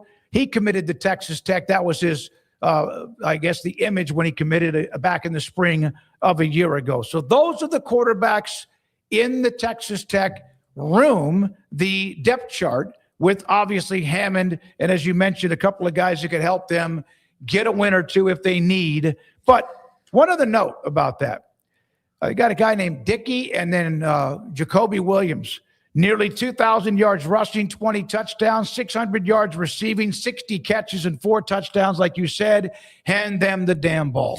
Yeah, I mean, those guys nearly combined for 2,000 yards on the ground, much less you add in their receiving yards, and I believe it was over 2,000 yards, and then you get into over 20 touchdowns between the two of them. 2,600 total yards and 24 touchdowns. Yeah, so, I mean, just give them the ball.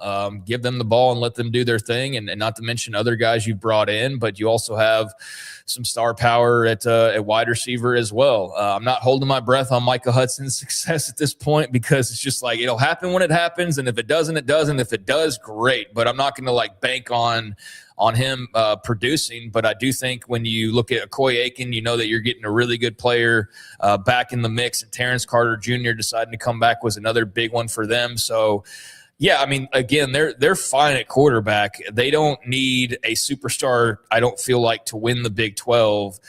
They can't do it with subpar quarterback play. I think that they've got a room beyond Will Hammond that's like probably a little bit above average at best right now where they are in their careers, where their ceilings sort of lie. I think if you fast forward 2 or 3 years, then maybe Lloyd Jones and all the other younger guys are like at a level where it's like all-American elite status. But right now, no, he's very much unproven. Kirk Francis has proven he can be pretty okay. And Will Hammond's shown flashes of being a guy who can possibly be more elite for you. But yeah, the questions about the quarterback room, it just all revolves right now around Will Hammond and his health and how quickly he can get back and be 100%. That's really all that matters. And then if he's not available for whatever reason, then I do think you have a situation that no matter how talented you are around that quarterback, if it's Jones, Francis, whoever it may be, well, then I think Tech's a bit more vulnerable than otherwise portrayed with Hammond at the helm there. So yeah, they better hope that he's good, because if he's not, then I do think that will be a noticeable dip at that spot. But they still will be good enough to win football games and beat probably a majority of the Big 12 teams, regardless of who's playing quarterback. That's just where they've sort of positioned themselves, and they only stand, if you look at recruiting rankings, to further kind of in some ways distance themselves the more time goes by. I think of BYU and Arizona State, there's certain schools that can pop in and get some big players as well, but Tech's doing it on such a volume basis and at such a super high level with like the Felix Ojos and the LaDainian Guytons and these top number one at their position or number 2 5-star guys. Just nobody's recruiting like them. So they should have a pretty distinct talent advantage over the entire league to some degree. Obviously, like I said, ASU, BYU, Utah, maybe smaller gap there, but it's still a gap. And then it's a very large gap with a lot of the other schools. When I decided to go through and like look at the other quarterbacks in the room, because it's been such a big story about Sorsby. Now he's gone and Hammond may not be back right away.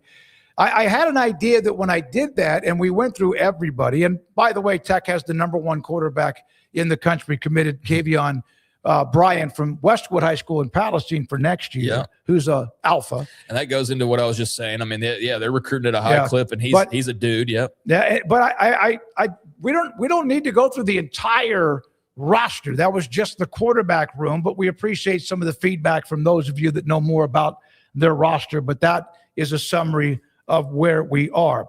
All right, when we come back, 365 Sports, Craig Smoke and I with a couple of notes. I got some questions for Craig, questions for you too. Thank you very much for being a part of what we do. Craig will have Off the Radar at 4:45.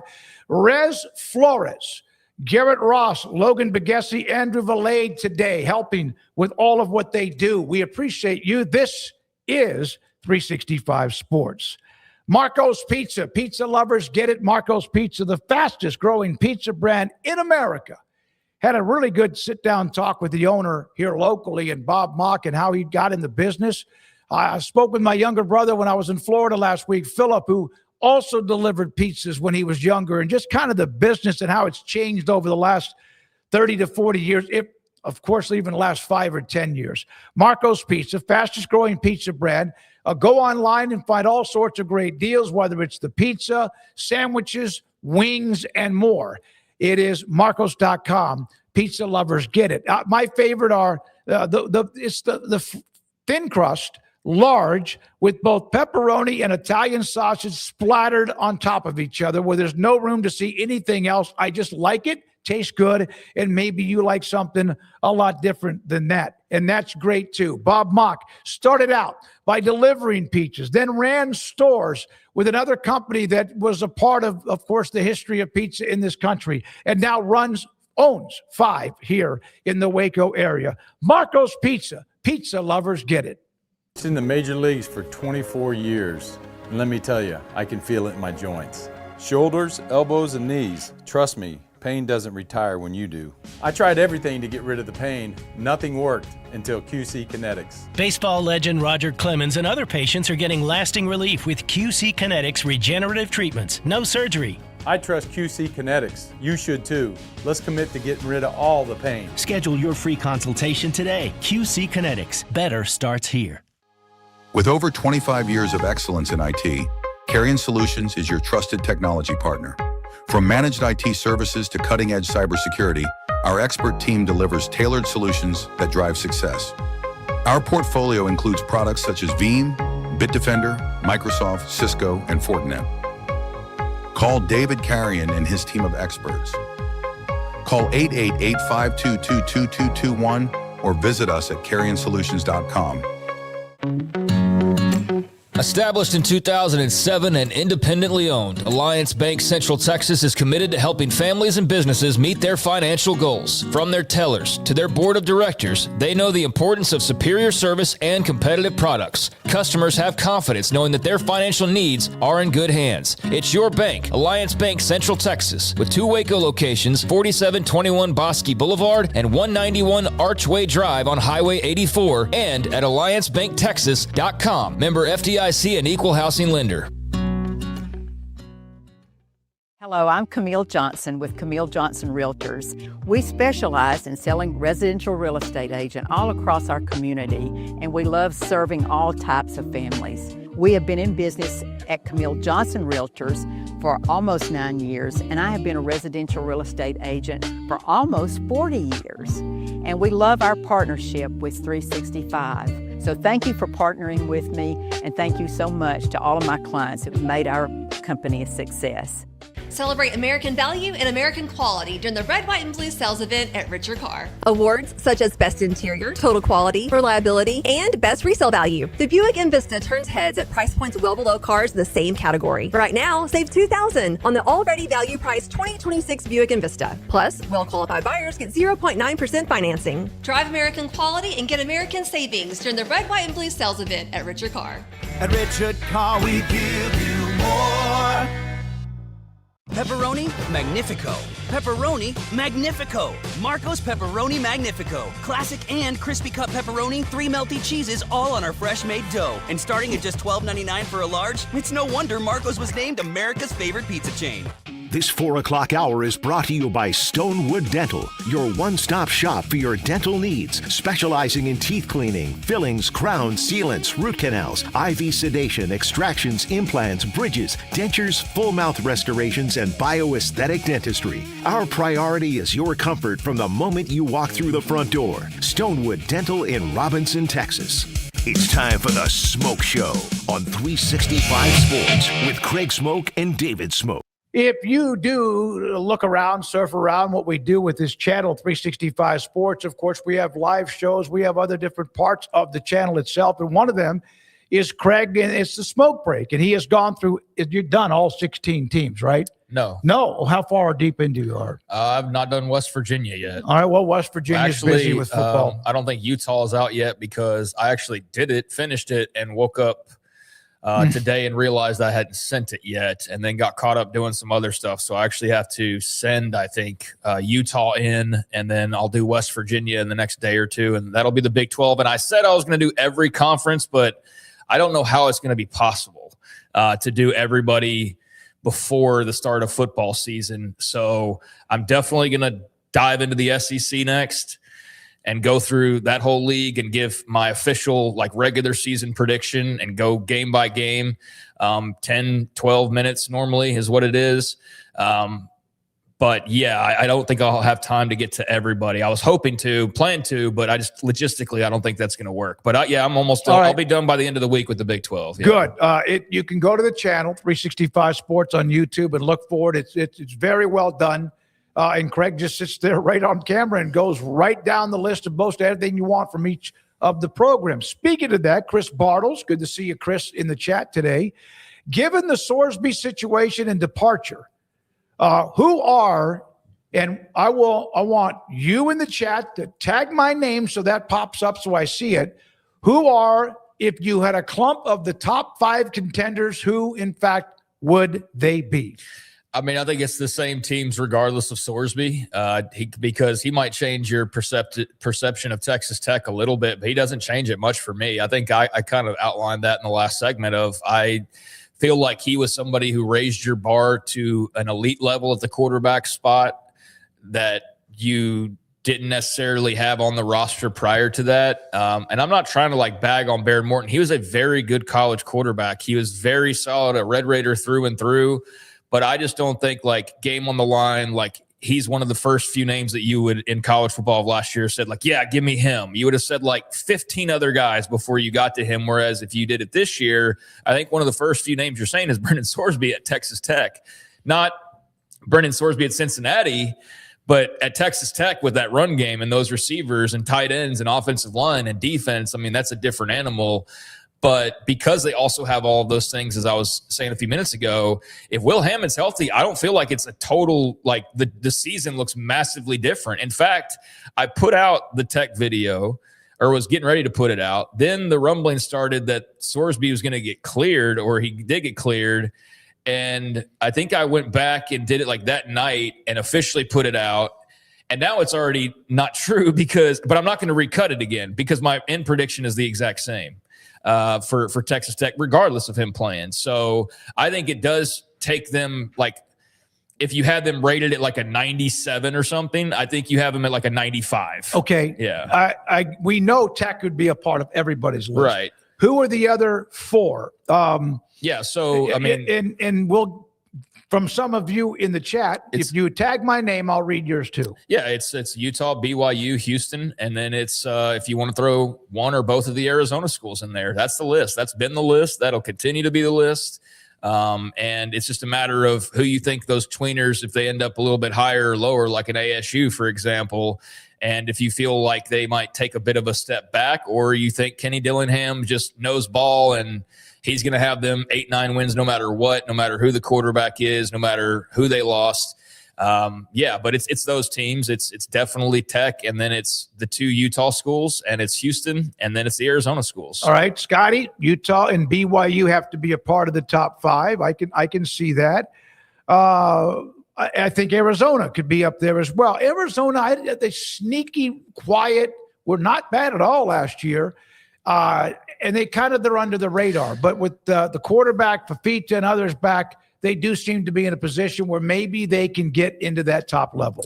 Yeah, I think they've got a little bit of a tough schedule on paper. They should have beaten BYU last year. Now, shoulda, coulda, woulda. They didn't. BYU won that game, but they had them dead to rights, and it felt like they might win that game. And to BYU's credit, they end up winning that game and having the year that they had. But Arizona was very good last year and went from a year where you thought Brennan might be on the hot seat and in a little bit of danger to he's got an extension and he's going to be around for a while. And with Fafita as the trigger man, I think you feel pretty great about the offense and the leader there. And I think there's some questions like in the secondary because you lost a lot of guys to the NFL, but Arizona should be pretty good. I just don't know if they've got a lot of big road tests, and that's kind of the X factor. Is there's some teams that we're probably predicting will be tough games that won't be tough games. And there's some teams that we're predicting that will be just bowl overs, and they're actually going to be like really tough games. And that's the part that's the fun that we don't know just yet. But on paper, Arizona is definitely a team that's in like that second tier, or maybe you'd say third tier, because you'd go, all right, it's Tech, then it's BYU, Utah, maybe Houston, then it's the third one, and that's where I think you find Arizona pretty much across the board. So in a position to strike for sure if everything falls right. By the way, I also asked before the break, give me, maybe one or two sentences, what your emotions were when you heard the Sorsby news last night. Firefighter, my honest thoughts, finally we can move on from this. Patrick Shaney, thank God, let's move on. Of Kim Coulter, Texas Tech fan, praise Jesus. I probably had about the same thing. And another or two or three or four, let's move on. That seems to have been, no doubt, the most common theme. I mean, my initial reaction was just like, whoa, they're actually gonna go this route and not fight it any longer. I thought for sure that Sorsby and Campbell and just the egos involved and all of the legal side involved that allowed them the ability to move forward. I thought they would just say, all right, well, we've been given the green light. We're going to move forward regardless of what anybody thinks. But I do think we'll circle back, and kind of going on the offensive at the end of last week was a bad mistake. It was a bad mistake because it opened the door for Big 12 Council to go, wait a second. Did y'all just threaten us if we try to do anything to you? Wait, I don't think that works like that. And sure enough, that was all they needed to basically throw something out there on Monday where it shut this all down really quickly. So initially I was just kind of like, whoa, that ended pretty fast. And then that's kind of a bummer. I really wanted to know where this was going to go moving forward and what this was going to look like. And then ultimately I just felt a little bit of relief because I thought about it from a Tech fan's perspective and can imagine that there's probably a lot of them pissed off today that feel like Tech should have still kept fighting. But I know there's also a lot like some of the names you just mentioned that did not like this whole thing, were tired of it, and thought it was a bad look for the university and for the football program, and did not like the way it was handled in some cases. And so I'm happy for those folks that they're happy and that they can move on, and for anybody else who maybe was tired of it. But yeah, I definitely had some morbid curiosity about what the next steps would look like. But I'm also just overall, my biggest feeling is I'm relieved for college football and I'm relieved for college sports that something actually technically in the end worked in their favor. That should always work in their favor, which is if you gamble, you don't play sports here, or it's dealt with in a specific type of a way. But when you go to the lengths that he did, yeah, you're done. Your career is toast. And yeah, we'll see what happens as far as if any big picture things change as a result of this. But I was relieved for college football that this won't be a total distraction all throughout this season, as interesting as it might have still been. I don't know how Washington works as far as Congress, House of Representatives, Senate, all of that, because it just seems like there's so much like either you are or you're not, or you're whatever color, whatever blue or red or what aisle.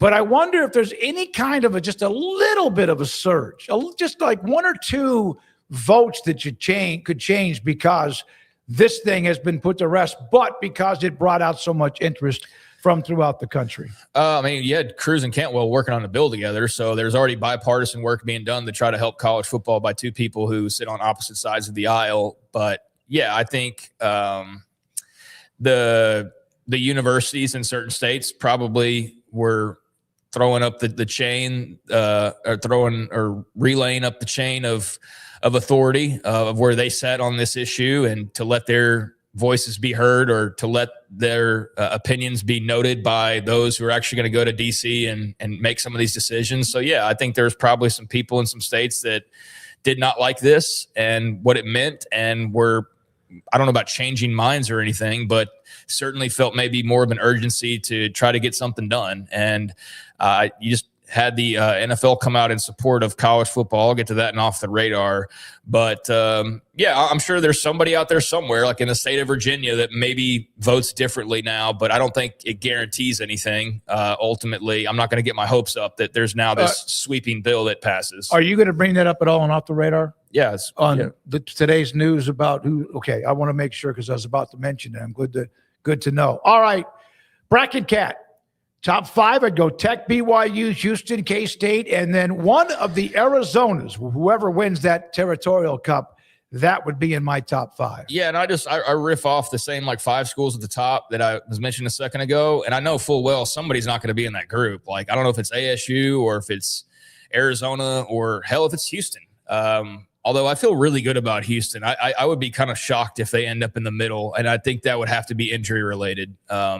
I think they'll be good if they can stay healthy, but there will be a wild card. In K-State, you bringing them up is an interesting one, because I do feel just like this surge of confidence and just less distraction from the last couple of years when Kleiman just something seemed to be off with him as far as, I don't know, his personal life or his big picture future or whatever. Like, he clearly was just battling a lot of stuff. Like, he was very emotional and just and so there's all that's done with. It just feels like K-State fans are just kind of free and easy and looking forward to what this great star of their football program's past can now do as a leader of their program's present and future. And I think that's always a fun story. It doesn't always work out well. Ask Scott Frost in Nebraska as a great example of that, but sometimes it does.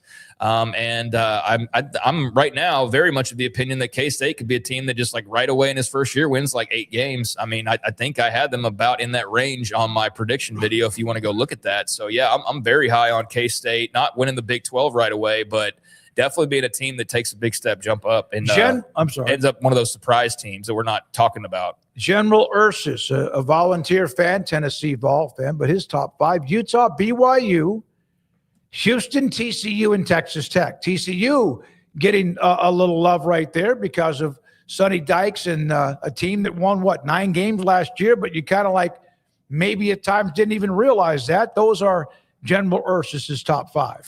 Yeah, I mean, that'd be interesting, General Ursus. And not in order, by the way. Just I was going to say, because if you have Tech at 5, like that, man, I don't know, but that would be hella interesting for sure. But yeah, I think it's really smart call to put TCU in there. I think there's for sure you have to have Texas Tech in there. You for sure have to have Utah. You for sure have to have BYU.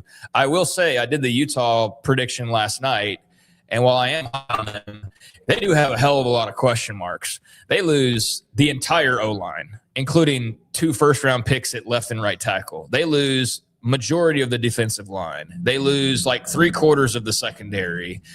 All the offensive weapons are mostly – a lot of the offensive weapons are back, including the most important guys at quarterback and Dampier and Ficklin, and then Wayshawn Parker at running back. And you've got some receivers that I think you feel pretty solid about, some guys who contributed last year like Merriweather and others that are back. You do lose like a J.J. Buchanan, a really promising young player to Michigan. But yeah, Utah is very curious. You just kind of, I think Utah is just a vote that like Scalley's been there. He knows the deal. This isn't your normal coaching change, and he's just going to pick the ball up and run with it is kind of how you feel about Utah. I want to bring this up, not interrupt you on all the other ones you mentioned. Clarence Banks. It will be Utah who's getting a lot of love with no offensive line. And he brings up exactly like almost you guys were reading each other's minds. No, it's valid. I mean, they have some fun weapons, but I even said, I think in that video, so I think they'll be really productive if they have the blocking, and that's a pretty big damn if, ain't it? I mean, if they can replace the whole O-line, including 2 first-round NFL offensive tackles in Fano and Lomu, then, yeah, they should be pretty good. But that is a giant question mark for them. And then not as much of a turnover, but still pretty significant turnover on the D-line as well. From tackle to edge. So yeah, they've got some question marks, no doubt about it. And I was going through it, but the thing about it is when you look at their schedule, like it's a pretty favorable schedule. They play BYU, but they play them in Salt Lake City. They don't play Texas Tech. And then I think all the other games are kind of, you can navigate, but I definitely, I don't know if I said it, but I'll say it here. I definitely give them probably more benefit of the doubt than any other team. Like if it was another team replacing all that, I don't think I give them as much of the benefit of the doubt. So I'm going to either eat that and be really wrong about them and learn my lesson, or they've just got such a program set up that this coach in waiting transition is just going to be easy peasy, and Scalley's experience and kind of knowing how everything works, it's just going to be, you wonder about not hard at all what they would have been able to do had Whittingham left but not taken a lot with him if he would have just retired. I mean, yeah, they probably still, well, I don't know, would they still have Smith Snowden? Would they still have J.J. Buchanan? Would they still have John Henry Daly? They might. They'd probably have some combination of those guys, yeah, that would have stuck around. And some of the coaches. And I mean, would you still have Jason Beck? Yeah, you probably would have some combination. I don't know specifically, but yeah, they would have still had some talented guys that probably would have stuck around. So yeah, that hit them, and they lost some talent, no doubt about it. So I'm definitely giving them a lot of benefit of the doubt, but I'm clearly not alone in that. Last thing, and then and I did see the note about UCF from Ian about how he feels like with Alonzo Barnett that they could surprise a few people but not compete for the title. An Office fan, as much as I hate to say this, Oklahoma State will be improved. I don't think that they're a threat to win the league, but they certainly can eliminate teams from making it. Yeah, I'll take that part first. I think Oklahoma State's going to be, not in contention for the Big 12 right away, but positioning themselves to be there in the next couple of years. I do not think there's like some massive gap between playing at North Texas and going and playing in the Big 12. I think there's a gap. I don't think, though, it's like he can't be highly successful at Oklahoma State the way that he was at North Texas. I just wonder, though, when you're taking like 75% of your starters and you're saying, all right, now play at Oklahoma State, I just don't know if all of that works as well as it did last year in North Texas, if that makes sense. I think there's some growing pains involved there and just a step up in competition with the same team, basically. So I think they're going to be really dynamic on offense. They're going to be a lot of fun. They're going to be much improved, one of the more improved teams in the country. I've said this and I'll continue to say it. It's been my line about them all offseason. I think the move from the room they had last year, which I know Haas Haney got hurt right away, but from that room and what it ended up looking like to Drew Mestemaker is one of the biggest jumps in all of college football at a single position in the country. And I think that's going to end up with them winning more games as a result of that. But, yeah, they're going to be much improved. And then on UCF, I think Barnett is similar to the room they had last year. The just rotating door of quarterbacks that they had, Taven Jackson and Davie Belfort, and I know I'm missing one other player, Chikori, what's his last name? Anyways, you know who I'm talking about. But that room last year to then having Alonzo Barnett as productive as he was at JMU, yeah, I think that's a big step up for them. I think they're flirting with bowl eligibility. That'll be kind of the key. That's kind of what he was suggesting. Can he get the 6 wins? But, yeah, definitely not competing for the title, but trying to get back to the postseason. I think if you do that, you feel really good about things, and I think you have a strong chance to do that. Off the Radar with Craig is next, including an update from Omaha and a few other notes on the notes and nuggets on the show. At 5 o'clock, Hall of Fame columnist John McClain will join us. Thank you for your time. We're not done, and this is 365 Sports. QC Kinetics. Locations both in Dallas and Houston. You even seen the commercials where Roger Clemens, the great pitcher, has talked about how that's helped a former longtime veteran athlete, ball player with his aches and pains, providing non-surgical regenerative medicine treatments using your body's own natural healing power like platelet-rich plasma stem cells to treat any kind of joint pain, sports injuries, chronic conditions like I had in my hip for the longest of times. I've talked about where I am compared to the last 4.5 years. Let me tell you about others. It may be osteoporosis, tendinitis, ligament damage, reducing the pain without any surgery or a procedure. Restore function by revitalizing damaged tissues with your own regenerative medicine that's called your body. That's what they do. They take your blood, they spin it, they take eventually even stem cells and what you want with bone marrow and spin it and put it back wherever you have had any kind of nagging or even sometimes pain. It's helped me. I now run 5 or 6 times a week, just a mile, 2 or 3, and I love it. And it's good to do that again where I didn't even think about it for a long time, or if I did, I just 2 or 3 steps stop. I do a lot better, feel better, getting out of bed feeling better when it used to just like, oh, there it is. My day's not going to go well. It gets rid of any kind of invasive surgery. Contact them. Here are the numbers in both Dallas and Houston. In Dallas, 972-972-8610. Houston, 713-913-5285. Stop kicking the can down the road with the steroid injections and get fixed and feel better now at QCkinetics.com. It's time to compete against yourself, finding too many excuses not to work out combined with bad eating habits, and Waco Regional Tennis and Fitness can help reach inside your competitive soul. Discipline, getting results you've only dreamed about, personal training, group exercise classes, and even a tanning bed, world-class tennis facility, and pickleball courts and lessons available. Waco Regional Tennis and Fitness, spacious, clean workout rooms, free weights, state-of-the-art technology, weight training equipment, and no intimidation. It's time for you to react today, not tomorrow, at Waco Regional Tennis and Fitness on Lakeshore Drive in Waco.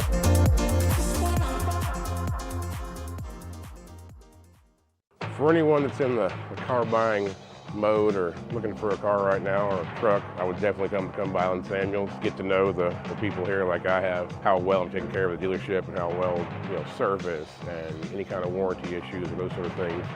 Because the way they take care of me, it's made me a Ram driver. And so I don't think they'd want to go anywhere else if they came here. Like Allen Samuels always said, Waco has a lot to offer, and so do we at Allen Samuels Dodge, Chrysler, Jeep, Ram, Fiat. Come by, let's be friends.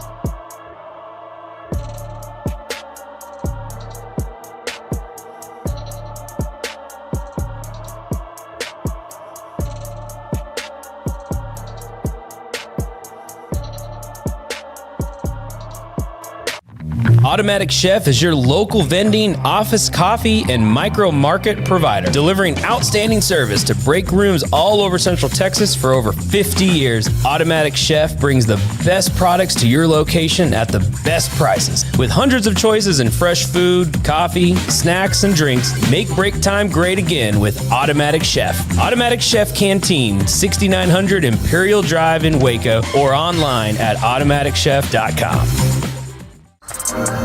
It's time for Craig Smokes Off the Radar. Welcome back to 365 Sports. Appreciate you being with us. If you're joining us on YouTube, please hit that like and subscribe button. And if you're on Twitter or wherever else, find your way over on YouTube later on. Please do that for us. We'd appreciate that. Solid. But let's get into a few stories that are, well, off the radar, save for this very first one because it is college football related, but it's timely because it's happened here in the course of us doing this show. And that is the NFL actually voicing some support for college football. They've kind of stayed out of the way, let the craziness and chaos ensue over the last couple of years. And after all, they don't have to really do anything about it. Like, that's y'all's mess. We'll just take your players when they're ready to come join our league and they can play under our actual structure and have real rules and everything. But the NFL is currently feeling a little bit of a magnifying glass on them because they are such a powerful media entity, and it's led to the government kind of looking at them and their TV deals and how all of that is done and kind of side-eyeing them a little bit. And it's a story I don't want to get too out of my depth on, but basically there's been some just rattling around the halls of government to kind of take a look at how sports broadcasting works in this country, the Sports Broadcasting Act, so on and so forth. If you're more interested in those things, you can go look further. But the NFL, the NFL Union, and the NBA Players Association have all sent statements to Congress today voicing their support for the Protect College Sports Act and lauding specific provisions, this according to ESPN, that it includes, while also encouraging further negotiations. It says the NFL voiced its support for the voluntary pooling of media rights under the Sports Broadcasting Act, which is what the SEC and the Big Ten do not want, because they don't want to pool all their rights because they would stand to take a hit because they're now sharing their money with the Big 12 or the ACC, or even worse for them, the Mountain West or whoever, right? So that's why I brought up what I did at the beginning, because I do think, without being able to really explain it well, that the NFL has some incentive to want college to get its way as far as that goes, because it then helps them in what they are wanting to do and further have at their disposal when it comes to their broadcasting rights. So there is that element to this, but the NFL voiced its support for the voluntary pooling of media rights, as I mentioned, under the Sports Broadcasting Act, which is something the SEC and Big Ten have opposed. Let's see. The NFL statement read along the lines of healthy, stable, and thriving collegiate athletics is essential to the future of American sports, including Olympic sports. And this legislation is an important step to achieving that for the benefit of all college athletes and institutions alike by utilizing proven models like the voluntary pooling of media rights under the Sports Broadcasting Act, which is, again, what's kind of being looked at a little bit, which supports broad fan-friendly distribution of NFL games. This legislation will support college athletics and ensure fans will be able to access their favorite games across today's changing media landscape. So they're definitely in favor of that part of it. Very clearly, they have motivation to speak out on that. But yeah, it's of note that this bipartisan bill has now got the votes from the NBA Players Association, from the NFL, from the NFL Union, and we'll see where it goes from here. But I don't think that's a bad thing when you've got the powerful pro sports league suddenly backing your bill and hoping to see it find some success. So yeah, I think that's not something that guarantees any sort of action, but it definitely is better news than had they come out and said that they were against it for one reason or the other. So I think maybe another positive outcome for college sports leaders potentially. It doesn't hurt. When I read that initially, when I glanced at it, I thought, okay, they're against it. But then having the professional leagues and having the most powerful entity sports-wise in America behind it or giving it thumbs up, that does not hurt at all. Yeah, and if we have a media guy on soon, they can get into the weeds on why the NFL in particular would be for the pooling of rights, because I know, but I don't know how to like explain it very well. And I don't want to get off on a tangent where I'm not making a whole lot of sense, but just notable that the NFL, NBA are now supporting this act and hoping to see it followed through with. The NFL and NBA Players Associations in a joint statement said the bill includes several important provisions designed to protect college athletes, including guaranteeing NIL rights and providing medical and healthcare benefits. We encourage continued meaningful stakeholder engagement and negotiations to ensure college athletes are protected and empowered. So they even acknowledge in their statements that there's still some work to do on this thing. It's not done, but they are in support of the overall message and what it's looking to accomplish. So just wanted to bring that up because that's obviously something of note as we await word on whether this might actually be a fix-all for college sports in many ways, although plenty of people have their doubts about all that it entails, including the big broadcasting part involving the SEC and the Big Ten. So that might be a fight we're still talking about for a while. Meanwhile, out in Omaha, bottom of the ninth, West Virginia is right on the verge of advancing to the next round of the Omaha College or the College World Series in Omaha, avoiding elimination in today's elimination game against Troy as they are up 12-0. And let's see the actual game cast. How many outs do we have? No outs. So West Virginia, no outs, nobody on. And unless Troy scores 12 or 13 runs here, this thing is over and West Virginia will avoid elimination for one more day. But later on tonight, you've got Georgia and Texas that will be coming up as well. How much have you watched of the College World Series? I've watched a bunch. I have. I was really like, man, Troy beat Ole Miss. I watched that. No, I've watched quite a bit of it, and I'll watch tonight. Georgia, Texas. Georgia thumped them. That pitcher was unbelievable. Don't think he's going tonight, but we'll see what happens. UT has a habit of getting knocked into the elimination bracket and finding a way, or whenever they have to win, they do. And we'll see if they can do that against Georgia. Yep, so that'll be coming up, I think it's 7 o'clock first pitch for that one out in Omaha, Georgia, Texas, elimination game. But I think that's going to be 6 o'clock Central, but might be pushed back since this other game's not over yet. Okay, yeah, I can't tell sometimes. They used to on every website have like the time zone, and I don't always see that across the board anymore because they like customize it for you, and I can't tell if I'm being customized and they're Central Time or if it's just the website. I agree. Yeah, usually it customizes it based on where you are. Yeah. So, anyways, that's coming up at a later time this evening here in about an hour or two. You'll get Georgia, Texas, but West Virginia in really good shape to move forward in the bracket. We'll talk more about the details of what that looks like on tomorrow's show. Meanwhile, World Cup continues on and already had one result today as France defeated Senegal. Mbappe with a goal in that game. Actually had a brace in that game as they win 3-1 over Senegal. So the French with a big win. And let's see here. Mbappe with the 2 goals. Also Bradley Barcola with the goal as well to give the French their 3 in that win. And then you got a couple of other games coming up later on tonight, 5 o'clock, which is about right now. Iraq and Norway on Fox and Peacock and Telemundo. And I've actually seen some people who prefer watching the Spanish language, not because they speak Spanish. They just like the broadcast better. Mm-hmm. For example, the water timeouts where they keep the cameras on the field. They don't go to like a rash of commercials because they have said they've actually talked about it and said like it's part of the game and it's part of the presentation, which is refreshing. They're missing out on a lot of money, obviously, but refreshing to see somebody choose the essence of the sport over the dollars that they can chase. But you got a few options there to watch that. Same options for later on tonight, Argentina and Algeria starting at 8 o'clock. So there you go. There's a few things off the radar. Yeah, the World Cup is just taking over this country. And I'm not saying everybody's watching it, but a lot of the great stories, the atmosphere, history, tradition, and so much more. All right. We spent a lot of time the last few weeks with the Brendan Storesby story, which now at least has somewhat of an ending as far as college. Now the supplemental draft and how that works. We discussed that with you. John McClain, Hall of Fame columnist, now joins us on 365 Sports. John, what are you hearing about, the supplemental draft? We kind of went over the history.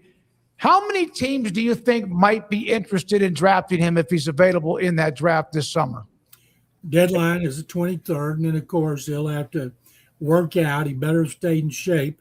All the experts are saying a third-day pick, which would be like a fourth-round pick. But if I have extra picks, a team that really could use him is Pittsburgh. They know Aaron Rodgers is going to be their starter. Last year, they were 10-7. They went to the playoffs, won the division, hosted the Texans, and got beat. A bad team like Arizona or Cleveland or the Jets, they shouldn't be wasting on him. They should be worried about getting a quarterback in next year's draft. And maybe the Jets. The Jets have 3 number ones. If they were going to take a 1, they'll get him. And, of course, you forfeit that pick in the next draft. But if I were a team, I would take Sorsby. I'd make him inactive all year. I would make sure that he goes and continues to do his rehabilitation from his gambling issue.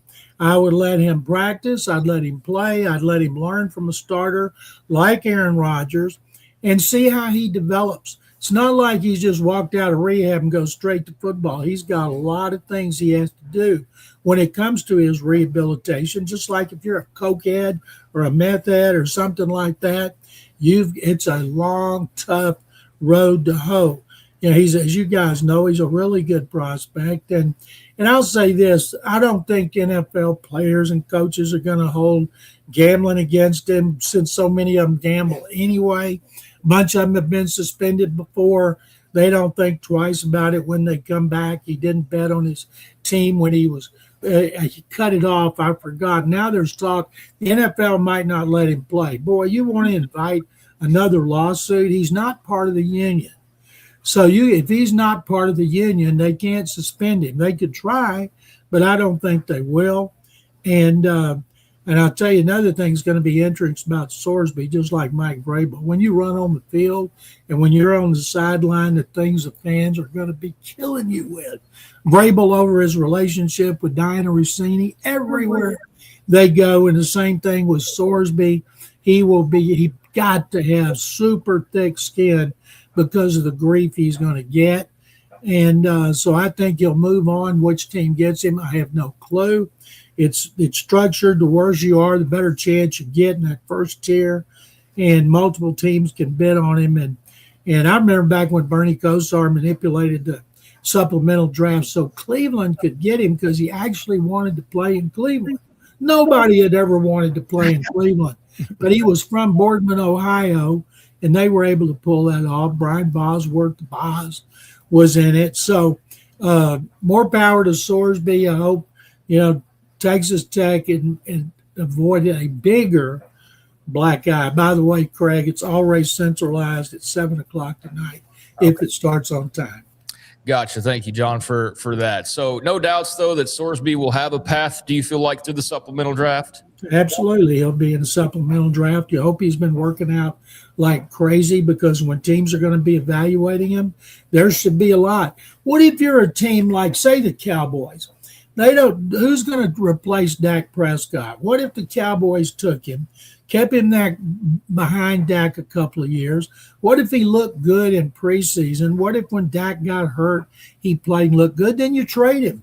You give up a 4 and you get him, you might end up with a 2. Who knows? Maybe even a 1, depending on how much he plays. But I still think Pittsburgh is a perfect place for him. But I don't think the Rooney family, they're such traditionalists. I don't see them taking a guy who had to leave college football because of gambling. That's just not them. In Arizona, they need a quarterback in the worst way. So does Cleveland. Cleveland's got so many. I hope he doesn't have to go there. Jets are the worst organization in the NFL. Hopefully it'll be some team that's thinking ahead like, we'll take him, see how it works out, and if we like him, we'll keep him. If not, we'll trade him. John, what was your reaction, not from an NFL standpoint, but just a fan of college football, to see that, like, this worked out? Maybe it didn't occur the way everybody wanted to get to the end result that occurred, but everybody, I think, kind of collectively came together over the past couple of weeks in their disagreement over that decision. Just what do you think about the effects of this on just this upcoming season and kind of how we all take it in? I think once I saw last week Sorsby's parents were really worried about their son and all this criticism, biggest story in college sports, one of the biggest in history. And I started thinking he needs to just leave college football and go to the NFL. I also think it's interesting. Tech's not going to try to get back the money it's given him. I doubt they gave him millions with one check, probably coming from installments. But I think this is the smartest thing. If he had missed the deadline next week on the supplemental draft, and then he had to leave Tech because the Big 12 was going to hit him with all kind of sanctions, then he would have been playing in the UFL. And this is the best thing that could happen for everybody. John, this is, if you don't know the answer to this question, then no worries. But you may have heard me talking about the NFLPA and the NFL coming out to back the decision and or to back the sports bill that they're trying to push forward. Do you know enough about the Sports Broadcasting Act and kind of what's going on there with the NFL being looked at by the government? Like, do you wade in those waters at all to kind of explain why it makes sense for the NFL, the NFLPA, to come out in support of that college sports bill, especially that broadcasting part? I haven't paid that much attention to it, Craig, because number one, the NFL always wins when it comes to money. I don't care who says some politicians doing grandstanding, get attention. They're going to bring the NFL to their knees. I went back to the concussions, the movie about concussion with Will Smith and all these politicians and people saying it's going to be the end of the NFL as we know it. Parents won't let their children play football again. And boy, were they wrong. Mm-hmm. The NFL is our most popular sport by far. This week, it's the second most popular sport in the U.S. to the World Cup, which has been incredible down here. Everybody's caught up in World Cup fever, just like they are in North Texas. We got the Dutch on their way in. We got Portugal playing the next round with Cristiano Ronaldo, one of the greatest soccer players in history. And I love anything that makes Texas, the United States, look good, especially Houston, any Waco, everywhere. Right now, we look great to the world. No, you know, it has brought in a fan that maybe had a perception or maybe, well, they're not going to be friendly or whatever. And yeah, there's going to be some examples, but it has been like a Mardi Gras in every location that has any kind of a World Cup match or game. The only bad thing I've seen was two countries getting in a fight in Manhattan, like they were still celebrating the Knicks, because the way, you know, it always blows me away, these scum-sucking pigs who'll bash buses, cars, loot. They ought to put them in prison immediately if they can find them, because it's so bad that it reflects so poorly on a great city like New York. Great fans like the Knicks fans. The parade Thursday is going to be off the chart. And the way all the cities are treating people and their response on social media, I have retweeted or tweeted everything I see that's positive about America. And the only thing that's negative consistently are the hydration breaks. And I hope Telemundo is a privately owned company, because if you got to answer to stockholders and they're estimating that Fox is going to make $250 million just from those commercials during those hydration breaks, then I hope you don't have to answer to stockholders. But right now, that's the only negative thing, especially when they're indoors like they are in Arlington and Houston. Yeah, I would be very curious to know about how much they're missing out on. But they said it's tradition. It's their prerogative that they show like the whole atmosphere, including those hydration breaks, and they're not going to budge. So I respect the hell out of that. Like, wow, somebody's not chasing the money for once, which is kind of crazy. But John, Brandon Ayuk, man, it just seems like a lot's going on with him. Kind of almost bizarre behavior in a lot of ways. It looks like I saw a report he might get cut soon. I know the Washington's been linked to him. He's buddies with Jaden Daniels. I am rooting actively against that just based on kind of what I've seen from Brandon Ayuk. But what do you make of his situation and what are his prospects moving forward? First of all, Craig, I don't give a rat's you know what about Brandon Ayuk. He signed his big contract. He hadn't done squat. He's a head case who's doing everything he can to screw with the 49ers. They don't want to just cut him and give him away. They tried to trade him. Who would want the head case that is Brandon Ayuk? Right. His best days are gone. I would not want him on my team based on what we have seen from him over the last, say, year and a half. So what can they do? They can't cut bait, right? They got to try to get something for it, or can they suspend? Well, they're not going to get anything for him. They're just going to cut him. At some point, they'll cut him. The longer you wait, the harder it is for him.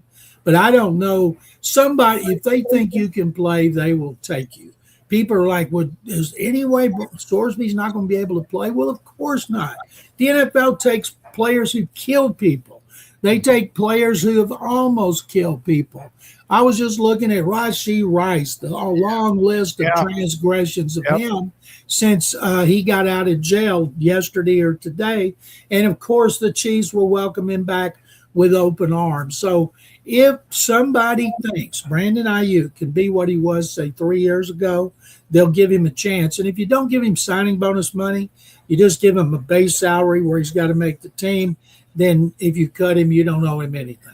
And John, really, I asked because I don't want him in Washington. I don't want him around Jaden Daniels and everybody else, no matter if they're buddies or not, because he just screams like a dude that needs help, honestly, at this point. I saw some rant and raving he was doing the other day, and I was like, forget him playing football. Like, his inner circle needs to get a hold of him, and I don't know, maybe he's too far gone at this point. I'm not quite sure. I'm sure they've tried. People close to him, his agent and his family doesn't want him doing this. They want him playing and making millions of dollars. But that ain't happening because he acts like he doesn't care, and maybe he doesn't. I know a friend of his, a former player, saying, I'm worried about him. He needs help. Well, he's got to seek the help. And right now, if I'm the 49ers, I want to cut bait. I want to bring up something similar because he played for the 49ers. Aldon Smith, gone, had a lot of issues in his life. What were your thoughts about his story? Because he was such an incredibly talented player coming out of Missouri and was good for a while in the NFL, John. 2011, Wade Phillips was the first-year defensive coordinator for Gary Kubiak. Wade wanted Aldon Smith really bad, thought he'd be perfect to play outside linebacker and his 3-4 great pass rusher. 49ers traded up ahead of the Texans. 49ers took him. Texans got stuck with this guy named Watt from Wisconsin. All the fans booed the pick because everybody knew they wanted Aldon Smith. And when they didn't get Smith, Wade Phillips went to his second choice. Smith was great, but then, like so many other players, he just started screwing up one after the other, his team, his agent, his friends, his family. Nobody could do anything for him, and it was a sordid tale about the way he bounced around, but he could never get his act back together again and be the pass rusher he was early in his career when he was fantastic. Speaking of J.J. Watt, I saw his interaction with Freddie, the German World Cup fan who's become one of the many international folks visiting that have kind of gone viral here. Is J.J. Watt like the unofficial mayor of Houston at this point? What's his status? Well, he hasn't been out in public running around. He did this, and he helped him get a room. Turned out it was a suite. I saw that, yeah. And Freddie ran. I'll text Watt and say, hey, can you give me that suite sometime? But I think it's great because on social media, you can't beat it. So many people back in Europe and in Asia, with South Korea and Japan and the Middle East, everything is positive coming out that has to do with America. And so I think that Watt's been very good to a lot of foreigners. He owns Burnley soccer team that's been relegated from the Premier League again. It goes up, it goes down. I sure wish we had relegation. The Jets with the Browns would have been gone long ago from our landscape. And but yeah, it's Watt. I don't know how he got Freddie, but JJ's always on the lookout. One time he saw a family that came here or was coming here. That's what it was. And he reached out to them and said, well, you come in Houston. I think they're from Ireland. And he set them up, went, spent some time with them. Next thing you know, he and his brothers are going to Ireland the next off season, hanging out with the family. They've been good friends ever since. All right, last thing on that Sorsby. I want to make sure I get this clear, that he has value, but you think if anyone was to take him to let him sit it out, the NFL probably cannot say, no, you can get drafted, but you're on a suspension because he's not a part of the the union. So that's kind of a summary on what you think happens. Well, his violations when he committed them, he was not part of the union. Yes. I don't think the league's going to do anything to him. 5 years ago, yes. 10 years ago, of course. Maybe 3 years ago. But now, because of gambling and because so many people do gamble, imagine how many players are betting on their team, but they're going through other people. And they're just been much smarter about it than some of these idiots are, like Sorsby. Sorry, my dryer's going off. But yes, I think that's what's going to happen. Thank you, John. Thank you. Don't forget, Texas Sports Hall of Fame Thursday night. PVIL, the documentary, absolutely Thursday night here at Waco. Thank you, buddy. Thank you, guys. Second. John McClain, Hall of Fame. So I ask a question. He doesn't know. He probably knows we're going to discuss. And he just like goes into a history of Aldon Smith being drafted out of Missouri like it's nothing. Yeah, that was a sad story to see that. I know Aldon Smith had some issues, but yeah, to pass away so young and to have such unfulfilled potential, just you hate seeing that. And I know it went viral, and sometimes like not every story is kind of what it appears to be. But he was out helping deliver pizza to homeless folks in some of his final hours, and there's a picture of him with the folks that were around, that I guess one was his buddy that was there, who I've seen quoted in some of the articles that have been written since. And then I guess the guy who was helping organize it. And yeah, there's Aldon Smith, probably one of the last pictures taken to him. And really, really sad. Really sad that his life turned out to be so short. And he was really, really good when he was on, but he obviously, like a lot of people do, have issues that kind of overtook that greatness, and still seemed to be a pretty swell guy when all was said and done. But never should have a guy like him passing away before age 40, barring some crazy catastrophe, some accident or something like that. So I think that's pretty shocking. We'll see what the end results of that investigation are. I'm not quite sure, because the thought was in the article that I read that it might have been natural causes, but who's to say? Well, the first thing I thought about, I'm not saying it was, but because you hear about these stories about what CTE can create and cause. Well, I'm not saying it was, but that's what I first thought. But he's had some troubled issues. Well, his buddy said that he was in the car with him. They were driving around, and then he got out for a second to go run into his house and grab something, and then he came back out, and Aldon Smith was slumped, and that's how he found him. So yeah, really, really sad. I wanted to circle back, and I know what time it is, but I know what time it is. The NFL and the whole Sports Broadcasting Act. So here's a loose thing that I was kind of referring to. So right now, the FCC is opening inquiries into the NFL, and I believe Major League Baseball as well, and how live sports are operating these days, because there were anti-monopoly laws, but the Sports Broadcasting Act, the 1961 deal, gave the NFL a special pass from the anti-monopoly laws, and it allowed them to team up, sell their TV rights as one giant package. Does that sound familiar? And then the unwritten promise was that the league would benefit from this, but the games would be free on regular over-the-air TV. And that was the part that I couldn't connect in my brain, where now you're seeing there's Peacock, and there's Prime, and there's the Netflix game, and we got NFL Sunday Ticket, and you're an NFL fan, and there's more games, and there's more international games, but there's also more subscriptions required. So they're not upholding their agreement from back at the beginning of this exemption that they got, where they apparently promised that most of the games would remain free over-the-air TV, if not all of them. And so that's where I think there's some of that discrepancy, is you're seeing these leagues try to poach more and more and more of these premium slots and make further money that way. And so now it's caused this dust up where the FCC is investigating those practices. And so I just found that notable, knowing that and seeing them throwing their support behind particularly that part about being able to pool rights. So there's some incentive for the NFL is what I'm getting at. It's not just like, oh, we love the Brendan Sorsby decision. Like, oh, great going, college. We haven't helped you for while you've been going through all of this, but now here we are to applaud you. Like, there is some personal motivation for the NFL to, on the broadcasting rights side, I think, see that act get its way, as opposed to the SEC and the Big Ten, who do not want to pool rights. Does that make more sense? What I'm trying to get. So like, I was just trying to connect the dots of why the NFL in particular would have some interest in that part of it all. But yeah, they've sat back and just collected talent and watched everything burn around them. But like, hey, give us AJ DeBansa when he's ready, and give us. But here they are now, finally coming out. Like, no, we think this protect sports, college sports thing is great. So they have some personal motivation as to why they would feel that way. So yeah, the government feels the NFL is exploiting its special legal protections to nickel and dime fans.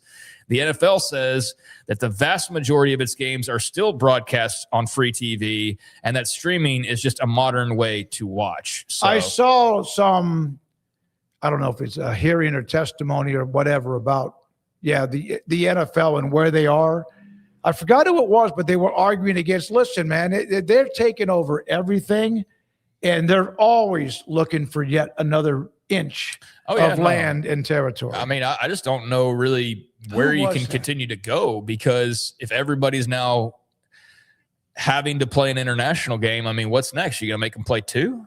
Like, we going 20-week seasons? Where are we going here? I don't know how much more you can add on that you already haven't added in the last handful of years, with international commitments now mandatory and 18-game schedules. And I mean, how much? And so actually I saw one of the things mentioned the other day was them expanding, was adding another 2 teams is what is kind of in the rumor mill right now. And I forget where that originated from, but it was a credible report. And yeah, I can't remember exactly where I saw that, but it was over the weekend that's kind of in the rumor mill right now, is the NFL at least weighing, how can we continue to make more money? Well, let's expand. Let's get 34 teams. And that way you've got another game you can broadcast every week. And now you've got 2 more teams you can send off to Brazil or to Germany or wherever. So that might be the answer to the question I just had of like, how big can you keep going? Well, I guess you get even bigger team-wise. It used to be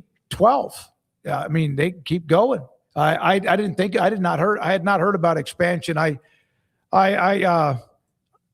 Leagues do that, and sometimes fledgling leagues do that early, or brand new leagues, and they die because they spread out too thin. The NFL will never spread out too thin. Here's where it came from. So the UFL had their championship, I believe, this past weekend, and one of the owners, or it was the owner of the UFL, Mike Rapole, spoke with reporters discussing the state and the future of the UFL. And he said, when asked about growth plans, including adjusting the schedule, adding games, and maybe even introducing more teams, he said the NFL is talking about 2 more expansion teams. So he threw that out there, and he would be a guy as the head of the UFL that knows people. Clearly, you know people in broadcasting, you know people in the NFL, you have a history. So it's not out of this realm that he's not hearing that from like Jerry on Reddit. He's hearing that from his buddy Jerry, who works for the Chicago Bears or something. So yeah, that's something out there that was definitely, I was like, oh, wouldn't surprise me. It would not surprise me. At all, they're so damn powerful. It's like they've eaten the entire market of television, and they're incredibly. It's amazing the numbers they get, preseason games that they get. All right, here we go. We've been through the super chats. Rez Flores, it's time for what Andrew Valade has cooked up for us, including let's spin the wheel. Where would they go, I wonder? You hear about MLB expansion. I wonder where NFL would go. That's going to make me wonder now. Do you own any newspapers from a famous sports moment in history? A bonus, do you have any Sports Illustrated covers, I would think, or magazines as well? I have a bunch of this. I have far less than I had maybe a couple years ago. I spring cleaned, and I do that a couple times a year, and I don't even have a ton of stuff, but somehow end up with stuff to throw out every time. And I've got a couple of magazine front pages. I've got a couple of old magazines, but I don't have like a collection, I would say. I got a bunch. And I had a bunch of stuff. Like, I just, what am I going to do with this stack of Sports Illustrated? It's like, what am I really going to do with this? Put it on eBay maybe one day, but I don't have the room to have a bunch of stuff like that. I don't have a ton of storage space to be able to just have like a stack of magazines. If I had the room, I probably would have more. I actually would. I have 5 or 6 boxes of both of each, not 5 of each, but I have 5 or 6 boxes with old newspaper clippings. Most of them, of course, have faded. And then, of course, Sports Illustrated. I had the magazine, then I started just taking off the cover and putting them in a folder. I don't know if I'll ever look at them again. I don't know, but it's just kind of like wanting me to keep up with, I can't get rid of that yet, but I'm sure at some point I will. Yeah, I think I definitely did take the cover off of some of them, which I don't know if that defeated the purpose of saving them in general, but yeah, I've got a few of those as well. So yeah, and some of them are Sports Illustrated. Although SI is just not, I mean, the name's there, but it is and has not been for a while anything close to the SI that we grew up with. Don't be fooled. It is nothing like the Rick Riley days. And, I missed that column. From the old Barn Cat, I got Jordy Nelson, SI. He's a K-State fan, firefighter. Do Sports Illustrated swimsuit editions count? Sure. Yes, they damn sure do.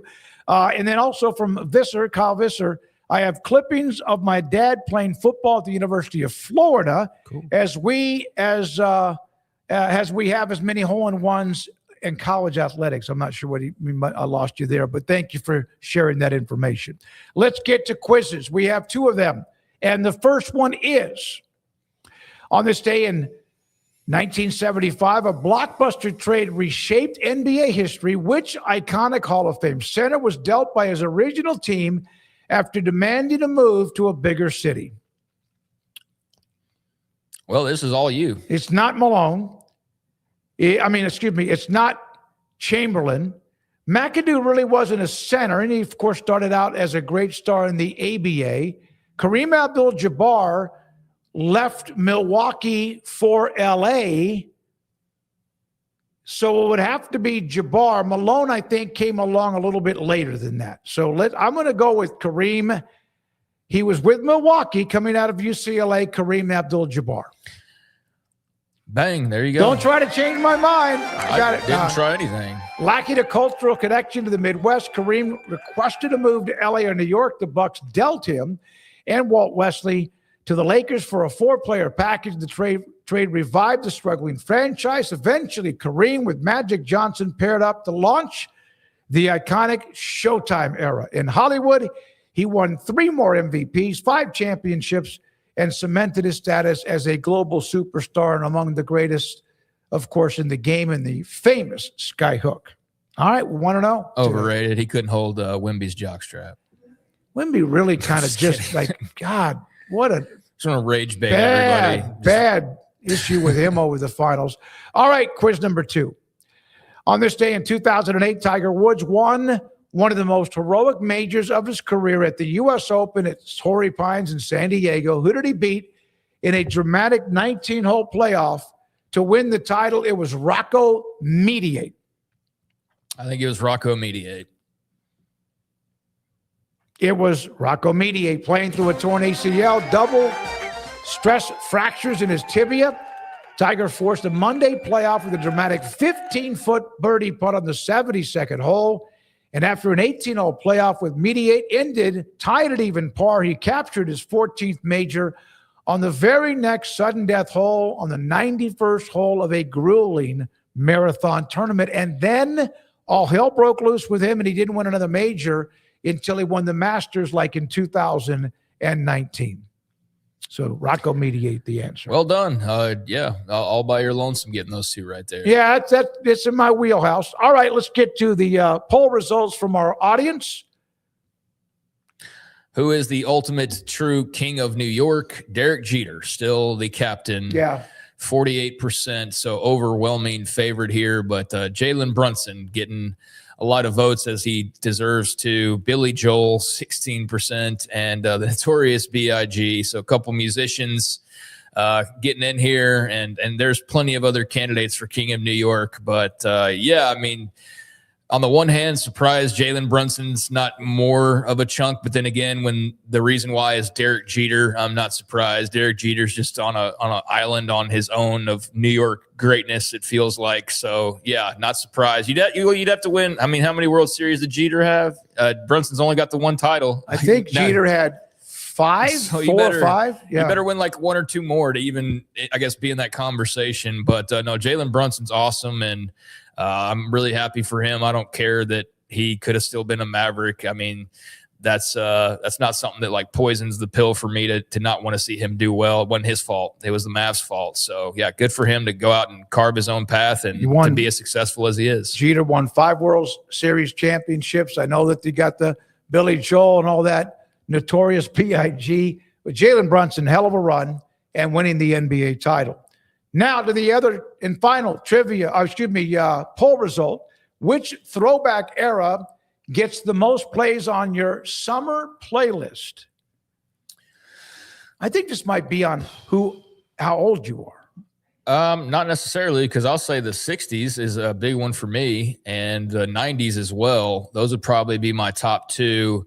This will be unpopular with probably a lot of our audience. I'm not a big 70s guy, like in any way. I mean, there's certain things that I like from that era, but like as far as the decades go, and you say like, hey, pick a decade and or order these 4, like 70s is my clear number 4 when it comes to pop culture or anything along those lines. Yeah, give me the other 3, movies, everything, even though there's tons of great movies and music in the 70s. I don't know. It's almost like the look of it or something. I don't know. I don't vibe with the 70s as much as I do some of the others. But yeah, for me, summer playlist, 90s is getting a ton of play because I'm a 90s kid. And then the 60s, because I just, as messy as that era also was, especially at the end, like there was just a lot of really cool stuff that came out of the 60s. Well, so like we were talking about with like guitar players and whatnot, the whole British invasion, all the great rock bands that were around in the 60s, psychedelic era, all that. I really enjoy a lot of that stuff. I was on the balcony, my brother's unbelievable place, he and Marianne on the east coast of Florida, and we were playing decade type music, and we were all picking out our favorite. Michael, who's 70, I'm 67, and Philip is just 3-4 years behind me, and we did a lot of 70s, but yeah, we would bounce back and forth, some great music in that decade. All right. Thank you, Rez. Thank you, Andrew. Thank you to Logan and also to Garrett Ross, and of course you and our great audience and the sponsors. Craig, sit back and relax. I won't text you about Brendan Sorsby tonight. I mean, unless something else happens, right? Yeah. So, I mean, yeah, I think it's pretty much a story that's wrapped itself up. And now for Brendan Sorsby, it's about the NFL. And I'm sure we'll talk about whatever that looks like for him. And then we'll continue to talk about Tech. But I think it probably had to be a pretty nice day for Tech fans, even though everybody's talking about the end of the story, but to just not have like this feeling of, all right, what's happening next? Yep. Like who's about to release a statement? What kind of a stir is that going to cause? Is it going to hurt us at all? You don't have to worry about that. So I think if anybody's sleeping well tonight, it's Texas Tech fans as much as anybody else, and probably college sports leadership to a certain degree as well. All right. But we got to say, too, the next time something like that happens, it better be clear cut. I don't want to see any damn LSU or Virginia Tech or anybody. I don't care how damn big you are. If we see anybody pushing back the way Texas Tech pushed back, the brunt of the country better be the exact same as it was for Texas. Keep that same energy is what I'm saying. And I think everybody will. But I just want to definitely make sure that if anything similar happens, that everybody unites the way that they did for the greater cause, and not like, oh, well, Tennessee's going to try to, no offense, General Ursus just throwing a random team out there. But I think that they will. I just wanted to say that, though. It was overwhelming. College football fans, conferences, teams, commissioners, everybody on how it ended in the end. All right. Thank you very much, Craig. I'll see you tomorrow at 3. We'll see you tomorrow at 3. Between Sorsby and the World Cup, I just go ahead. No, go ahead. Between Sorsby and the World Cup, it just feels like the most united we've been in a while. So. Oh, that's a good point. Yeah, I wanted to cut it off too. No, I mean, the World Cup has been fun because I watch how people are enjoying being in our country, and that's awesome. This is the Smoke Show on 365 Sports. Good night. Petty Clinic Men's Healthcare in Woodway is now proud to offer you men an exceptional weight management body sculpting product called semaglutide. also known as Ozempic or Wegovy. Semaglutide is an FDA-approved weight management medication.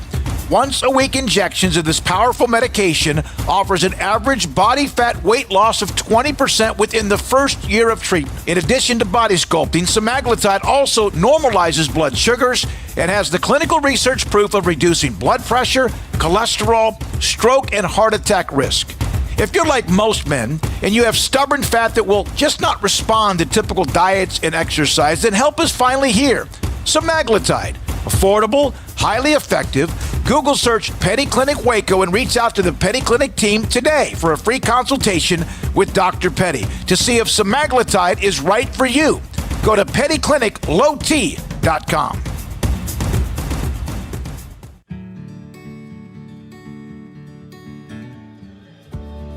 Whatever it is you wrangle, whatever seeds you sow, no matter what you nurture or what you choose to grow, at Texas Farm Bureau Insurance, we're proud to protect all Texans. When you play hard, sometimes you fall hard. Sports injuries require special treatment. At Southwest Sports Medicine and Orthopedics, our team of expert doctors provides athletes and active adults with comprehensive sports medicine care, diagnostics. Whether you're in high school, college, or beyond, we'll help you get back on the field. Call on the team physicians for Baylor Athletics. Call Southwest Sports Medicine and Orthopedics.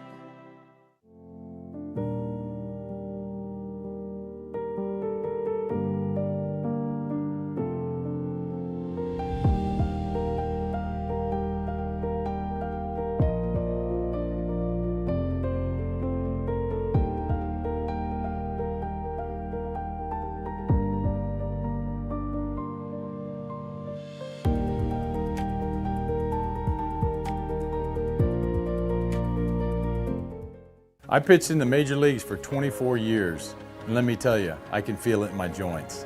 Shoulders, elbows, and knees. Trust me, pain doesn't retire when you do. I tried everything to get rid of the pain. Nothing worked until QC Kinetics. Baseball legend Roger Clemens and other patients are getting lasting relief with QC Kinetics regenerative treatments. No surgery. I trust QC Kinetics. You should too. Let's commit to getting rid of all the pain. Schedule your free consultation today. QC Kinetics. Better starts here.